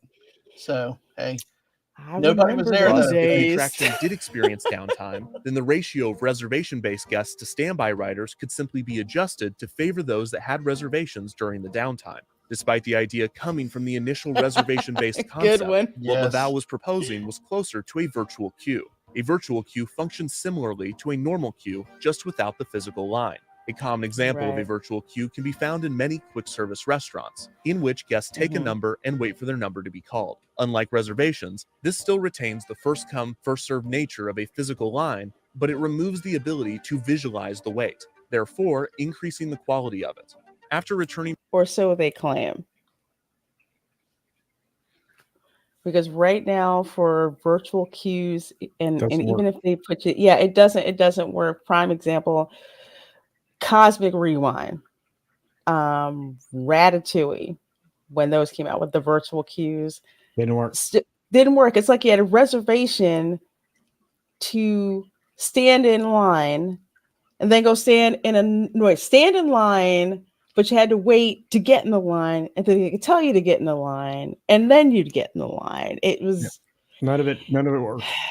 None of it friggin' worked at all, and I don't know why they keep doing that. I don't even want to think about what the virtual queue was going to be for Tron if they ever open it. Let's put it that way. Okay. I can't say what I know, but I'll be quiet. Maybe we'll talk in the back room. Yeah.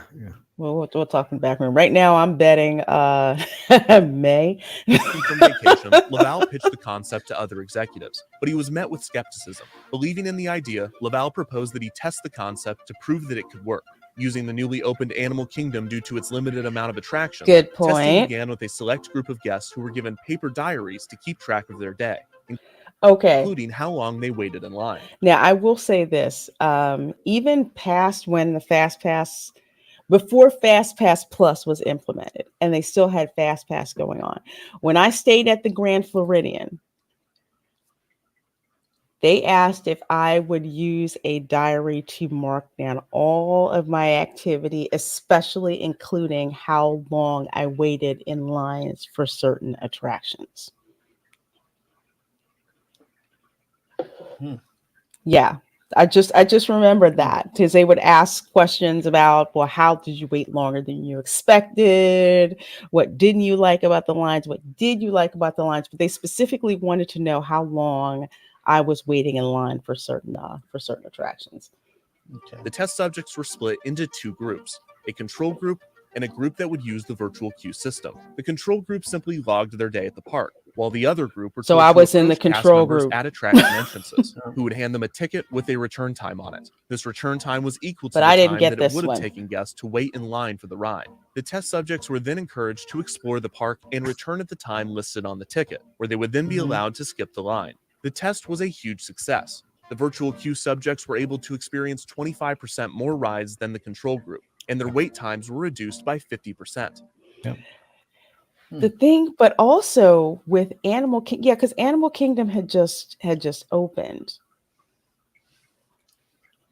So it really wasn't being visited as frequently as the Magic Kingdom, Epcot, and now the studios. Because I remember when this park first opened. So it was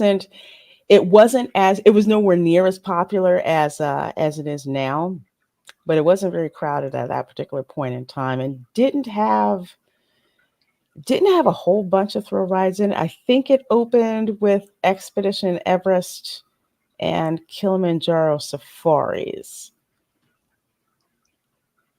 I think that was about it. What it opened up with. So this is interesting that they used that. Well, they had to use that part because it wasn't as crowded as the other three. Mm-hmm. Yeah, The virtual queue subjects left the park much more satisfied and far more likely to return than the control group. If this was not convincing enough for executives, the tests also showed that those using the virtual queue system spent more of their time at gift shops and dining locations, resulting in more spending when compared to the control group. Executives approved the concept for further testing, which continued throughout early 1999, both at Disneyland and Walt Disney World. That summer, testing focused on Space Mountain at the Magic Kingdom, which often had the park's longest wait.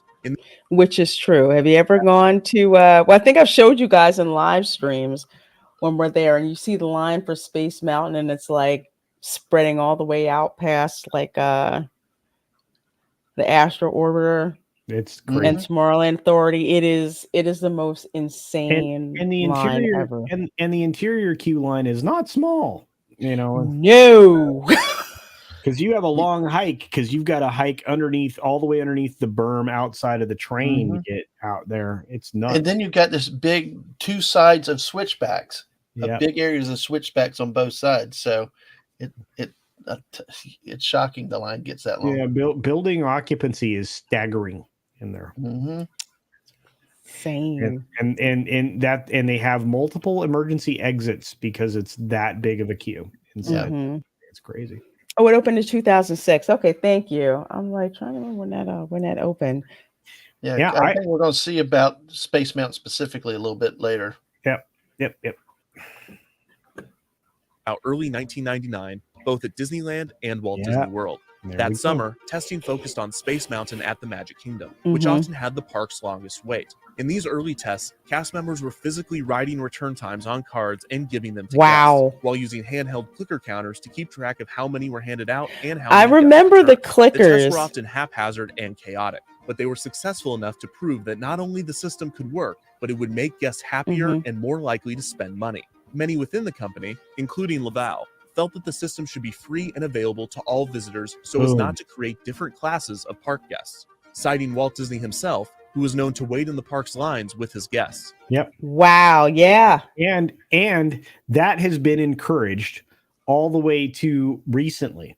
In fact, Josh tomorrow will actually, or used to, be in lines with people. I've been in a line with Josh before. I think Drunk has been in a line with Josh before.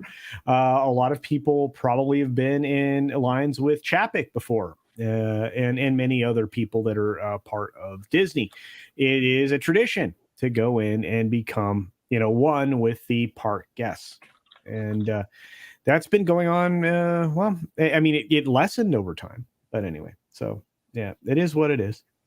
Yeah, because I remember there was a lot of talk, like say Universal as compared to Disney when Universal first rolled out the front of the line pass.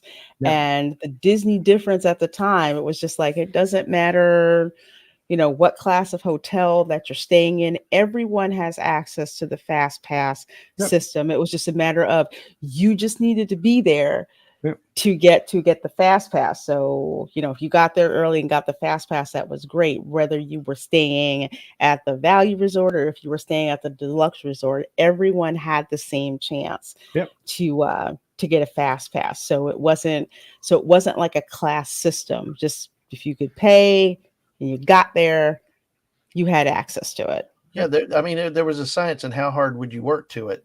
And we could talk about this later. It may not be the best time, but we had it down pretty good. I mean, I got the best exercise my whole life those years because I'd go from one side of the park to the other with everybody's tickets, grab them, come back, and then as they talk about it more, if you knew how to work the times, I mean, but everybody had a fair chance.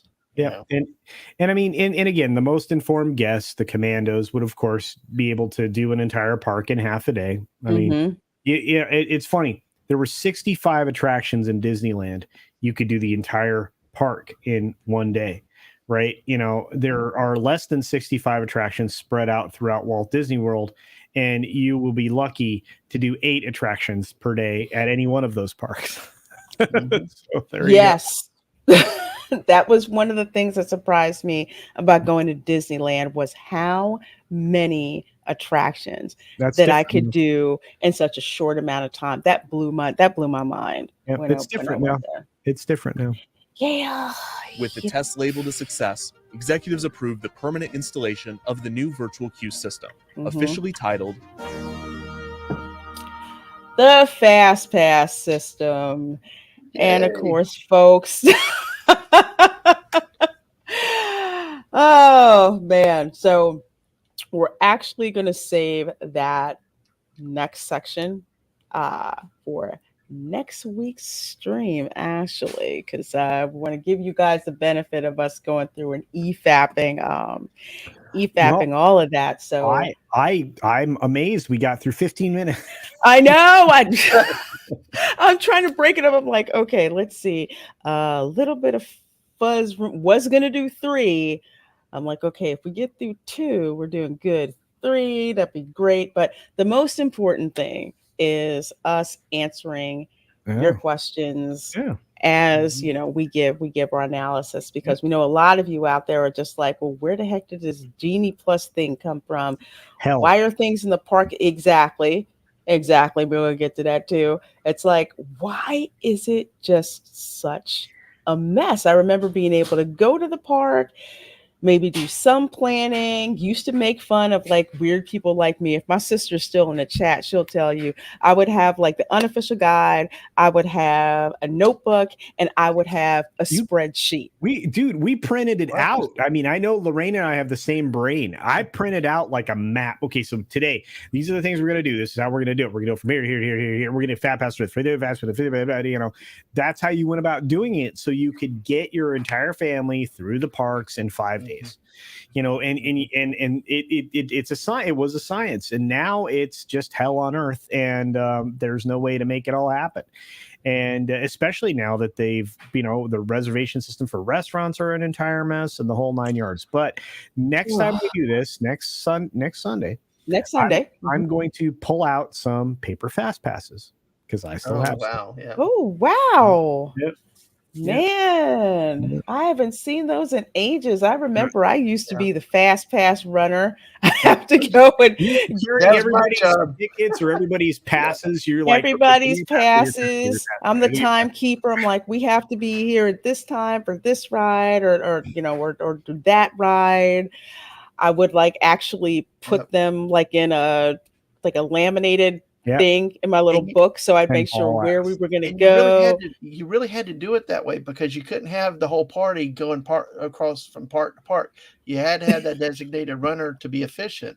Because and there's not a lot of room around the kiosks. Yeah. So, like I said, I was in best shape of my life those years when we were going all the time. Oh, dude, my family relied on my knowledge and my intel, my legs, and literally, you ask the boss when we went, and you're talking about 2 decades worth of trips. It was on me to make that happen for all ages.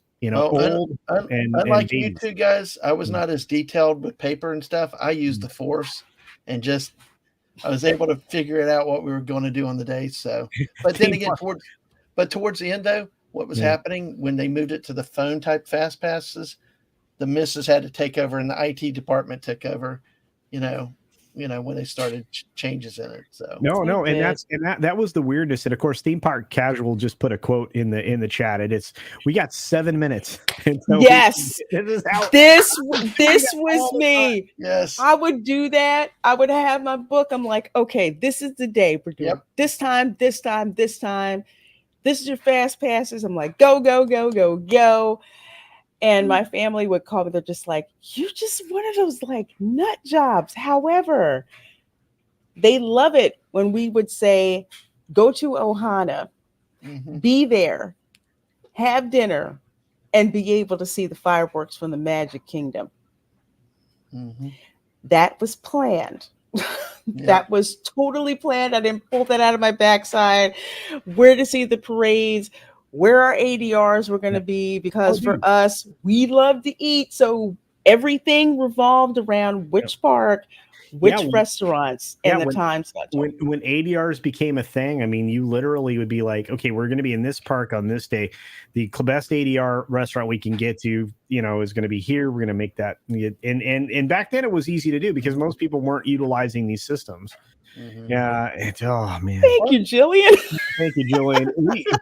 I love. Well, you can tell you have 3 passionate people about theme parks here and a chat full of them because you got Humor and Waffles, Jerry Minoz is out there. You got Theme Park Casual, of course.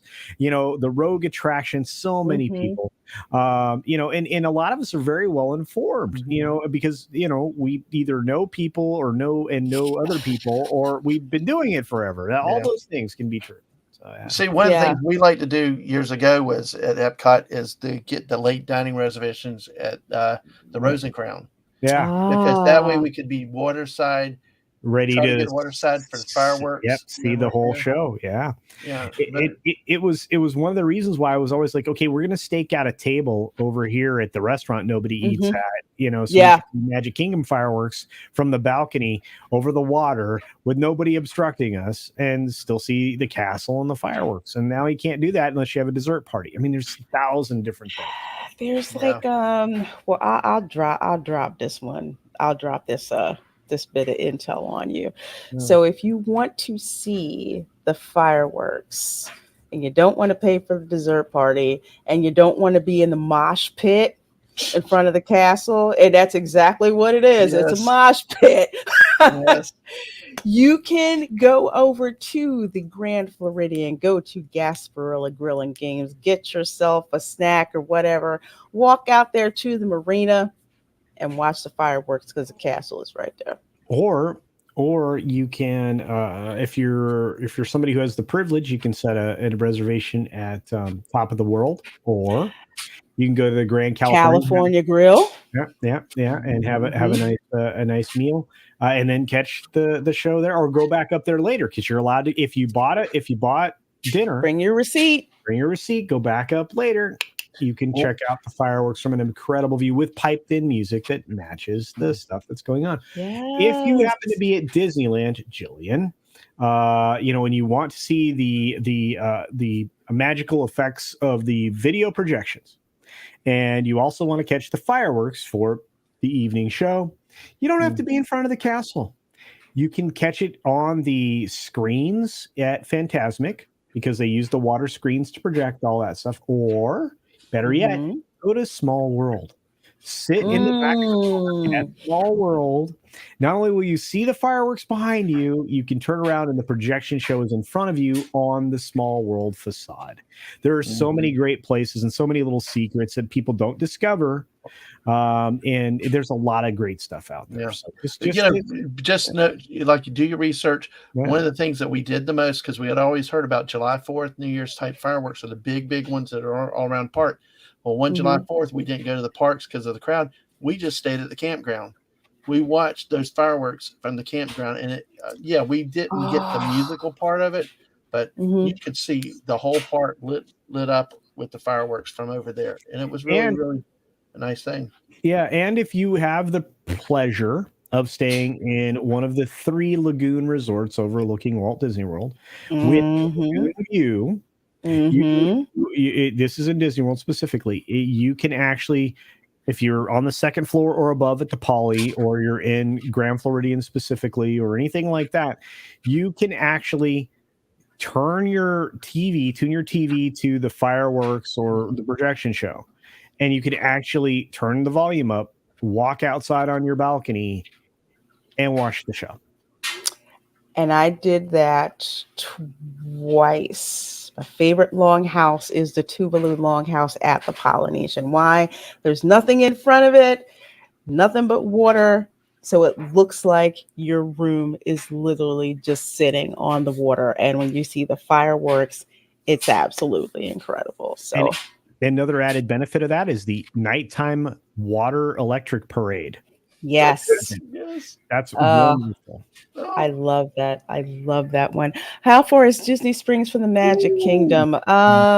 It's well, let's see. Disney transportation, you pretty much need an hour to get anywhere.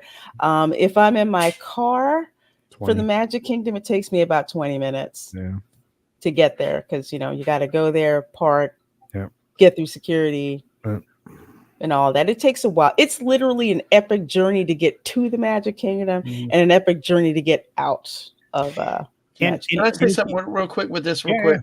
Because the meetup a couple weeks ago, it's the first time that we've been to Disney in so long since those parking garages were finished. One of the biggest hassles that we being locals, we like driving from place to place and even to the parks.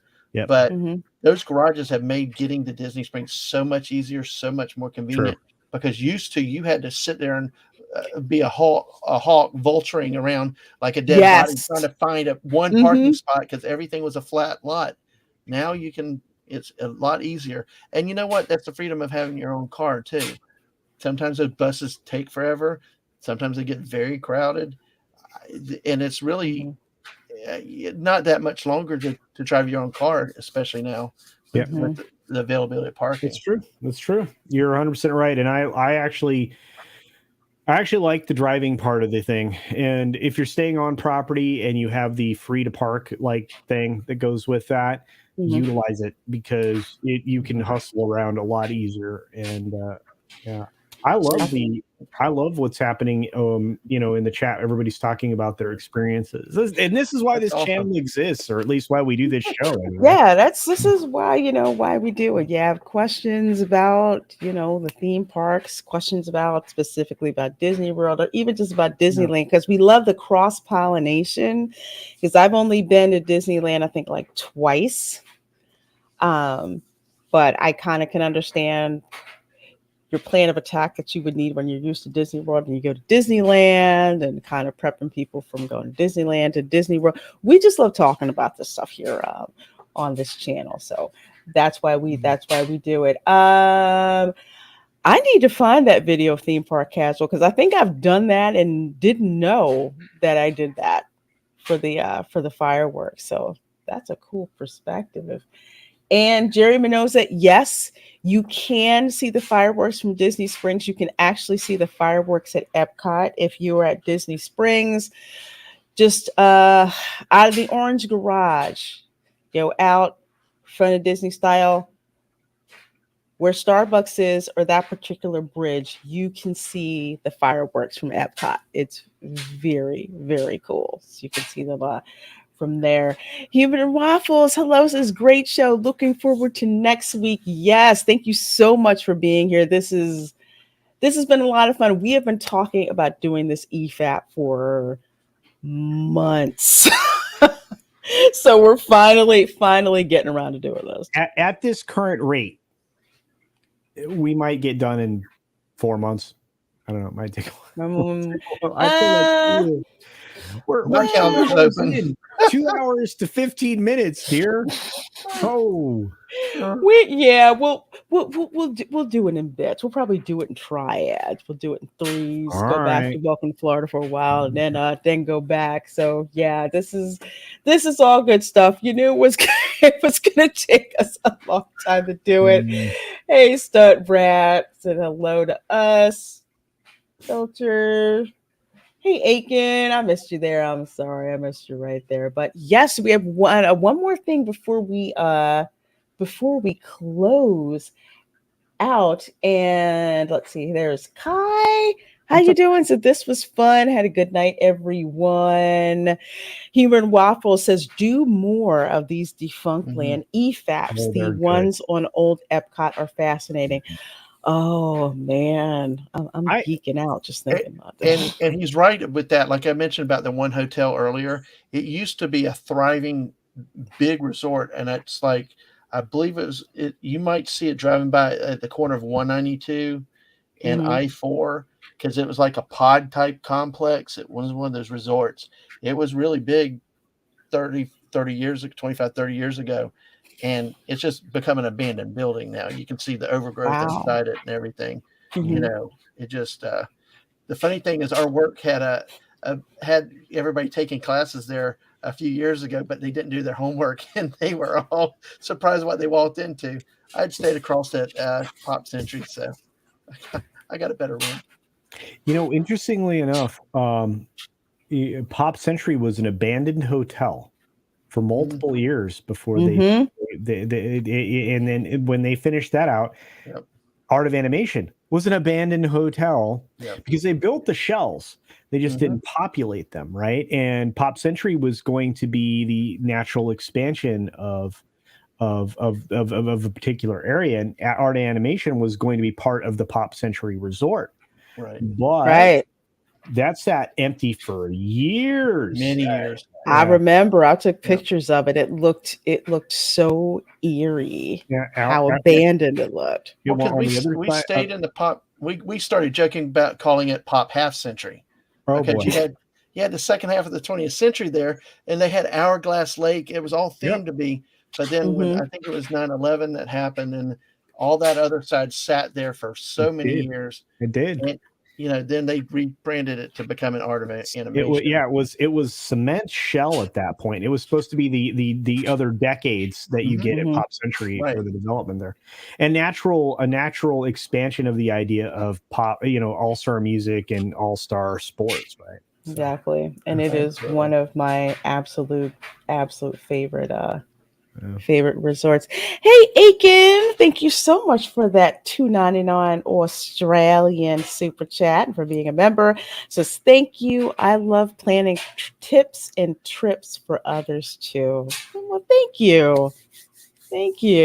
Glad you like doing that. I love doing that. As a matter of fact, I actually have to plan a family Disney trip for we have December of next year. We have a big one coming up, and it includes a cruise. So I'm like, oh, nice. No. That I enjoyed my Disney cruise that I took service wise. I swore my cabin steward never slept. I felt he should have gotten all the tip money. It seemed like every time I turned around, there was something else in my stateroom or he had something else fixed up. And I'm like, dude, don't you ever sleep? No. Every time I turned around, there was somebody there. Can I help you? Can I assist you? I'm like, I don't even like cruises, but I love the service that I got on it. Yeah. Then again, cabin stewards are probably the hardest working people on a boat. They really are. They deserve every dollar that they get. They did. With Disney, it's a fixed tipping system.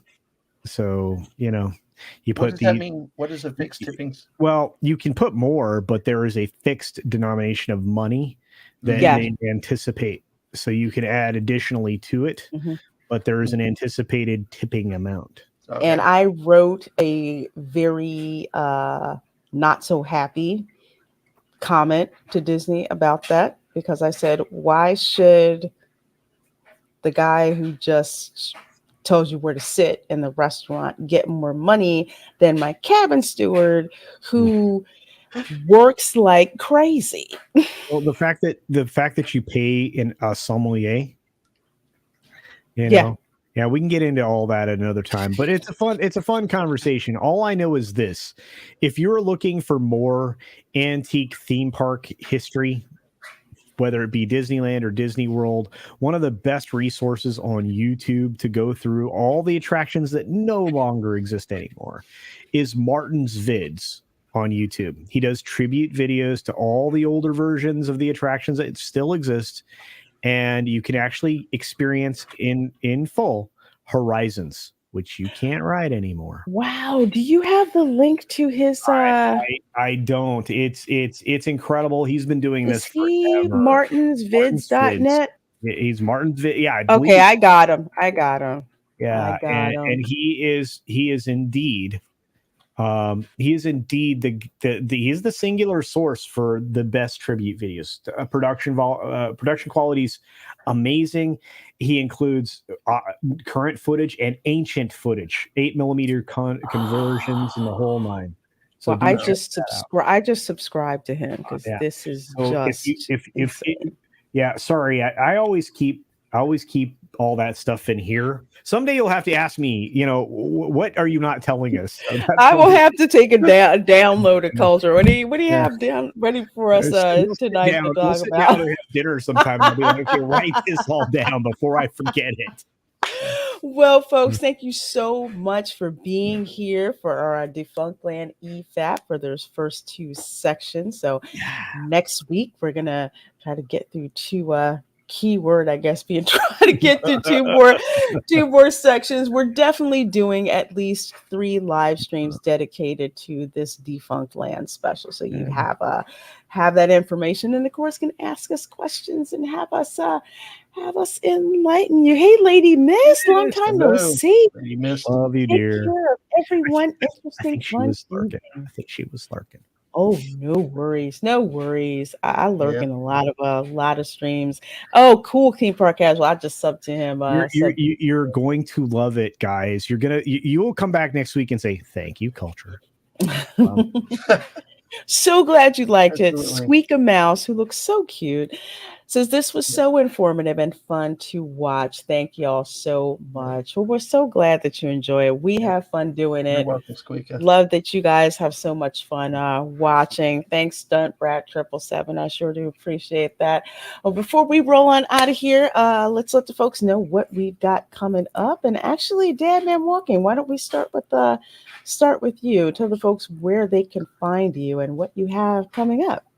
Well, I make it easy. Twitter, YouTube, Twitch, it's all Damn Man Walking 55. So one-stop shopping. But right now, a lot of some Fortnite streams that are kind of random times, kind of some things like that. And some show and tells where I do some, like I reviewed a magnetic hurricane chart that was my wife's grandmother's that we got based from St. Petersburg. So you can go back and look at our videos. There's some forts, there's some stuff like that. It's not all Fortnite. But the main show right now is the college football show, which we usually have the big show on Thursday night or Friday night.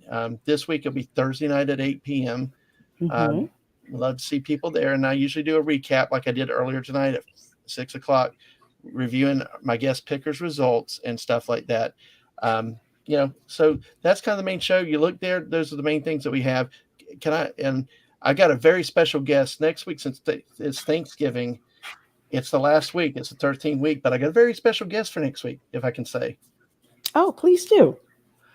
Next week, the last week of the regular season football in the state of Florida, you got Florida versus Florida State scheduled for Tuesday night at 8 o'clock. Will be none other than the Queen of Florida herself, Reina Creole, is my guest. I cannot wait. I can't wait. Can't wait. Absolutely. And like I said, go back and look at the other videos because I had the Great Culture Casino earlier this year. Nice. And what I tell everybody is even if you don't like football, you don't like the stats, it's all past, go back and look at each of what my guests have talked about. We've had some fascinating stories. Yeah. I've had a Canadian that talked about and even showed video of his son playing football, differences with Canadian football. I had a Brit that came in. There's been such a variety of different shows. Just listening to some of the stories has been great, and you get a lot out of it. So, and I'm looking forward to having you on, Lorena. That's Nice. Well, I am looking forward to being on. It's going to be so much fun. I got to make sure I have all my Gator swag on Absolutely. for that show. Culture, what do you have going on? Oh, your $8 Culture Casino. I'm $8 Culture Casino. I am. That's where $8 worth of check mark, baby. Look, I had a great time tonight. I've got a show coming up. We're doing late night culture again. Culture After Dark, whatever you want to call it. But that's going to be after some other stuff that's going on. Tom's got a show going on here right now or very soon over on his channel. And I look, support everybody. I support this young lady all the time. She's so great. I love getting to hang out with Lorena. I beg on to other shows. Like, hopefully I can make it for your watch party for Brahmastra. Oh, I am so excited about that watch party. So excited. It's wonderful film. I really wish Disney did a better job of marketing it. They did a piss poor job. One of the biggest things that I had against it was that it did not come out with an English dub, but yet they were posting promo videos in English for this movie. So I'm like, how come we didn't get an English dub? So we cannot wait to watch this on Saturday at 6 p.m. Eastern. A bit of programming real quick before I let us go, because I know obviously Lorena wants to end the stream. We're over time. I'm actually returning the 6-minute daily to the normal time tomorrow, so expect it at normal time the rest of the week. Okay. So there you go. Okay. Again, two housekeeping things actually for me. The lunch table show is now at 11:30 a.m. instead of 12 p.m. because the job that pays the bills decided to drop a standing meeting on my calendar. So now it's at half an hour earlier. Also, the theme park stream that I did on Saturday, due to a lovely copyright claim, that video is privated now. I'm actually going to re-upload that as a premiere. So look for that on Wednesday. Yeah, I happen to be filming, and now there's this big salsa dance going on. So there's music for that. Plus, there was also music in the tribute store as well. I think I got claimed for whatever Danny Kaye was singing, whichever Christmas song he was singing. Yeah, I got dinged for that. So in case you're wondering where it went, it will be back after I do a little bit of tweaks to it. Look, I'm sorry. I will argue that's transformative, because it was a situational thing in your presence. And again, outside of one particular platform, you wouldn't be confronted with that type of a thing. Nah, I wouldn't. But it was such a small section. So it's like, whatever, we'll just we'll upload it and it happens. Yeah, Aiken, it depends on who it is. It depends on what it is. If I am in Country Bears Jamboree, anything that's the Sherman Brothers, I will get dinged for it. And again, that's idiotic, right? It's stupid, and it makes it's transformative.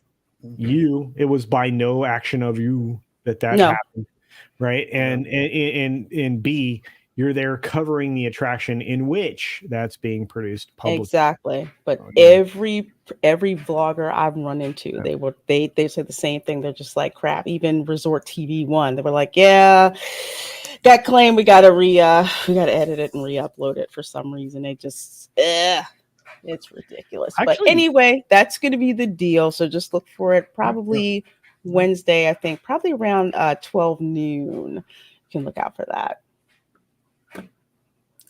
Okay. All right, folks. So with that said, we are going to wrap it up for the night. Thank you guys so much for hanging out with us, and we will see you next time. Bye. Bye, y'all.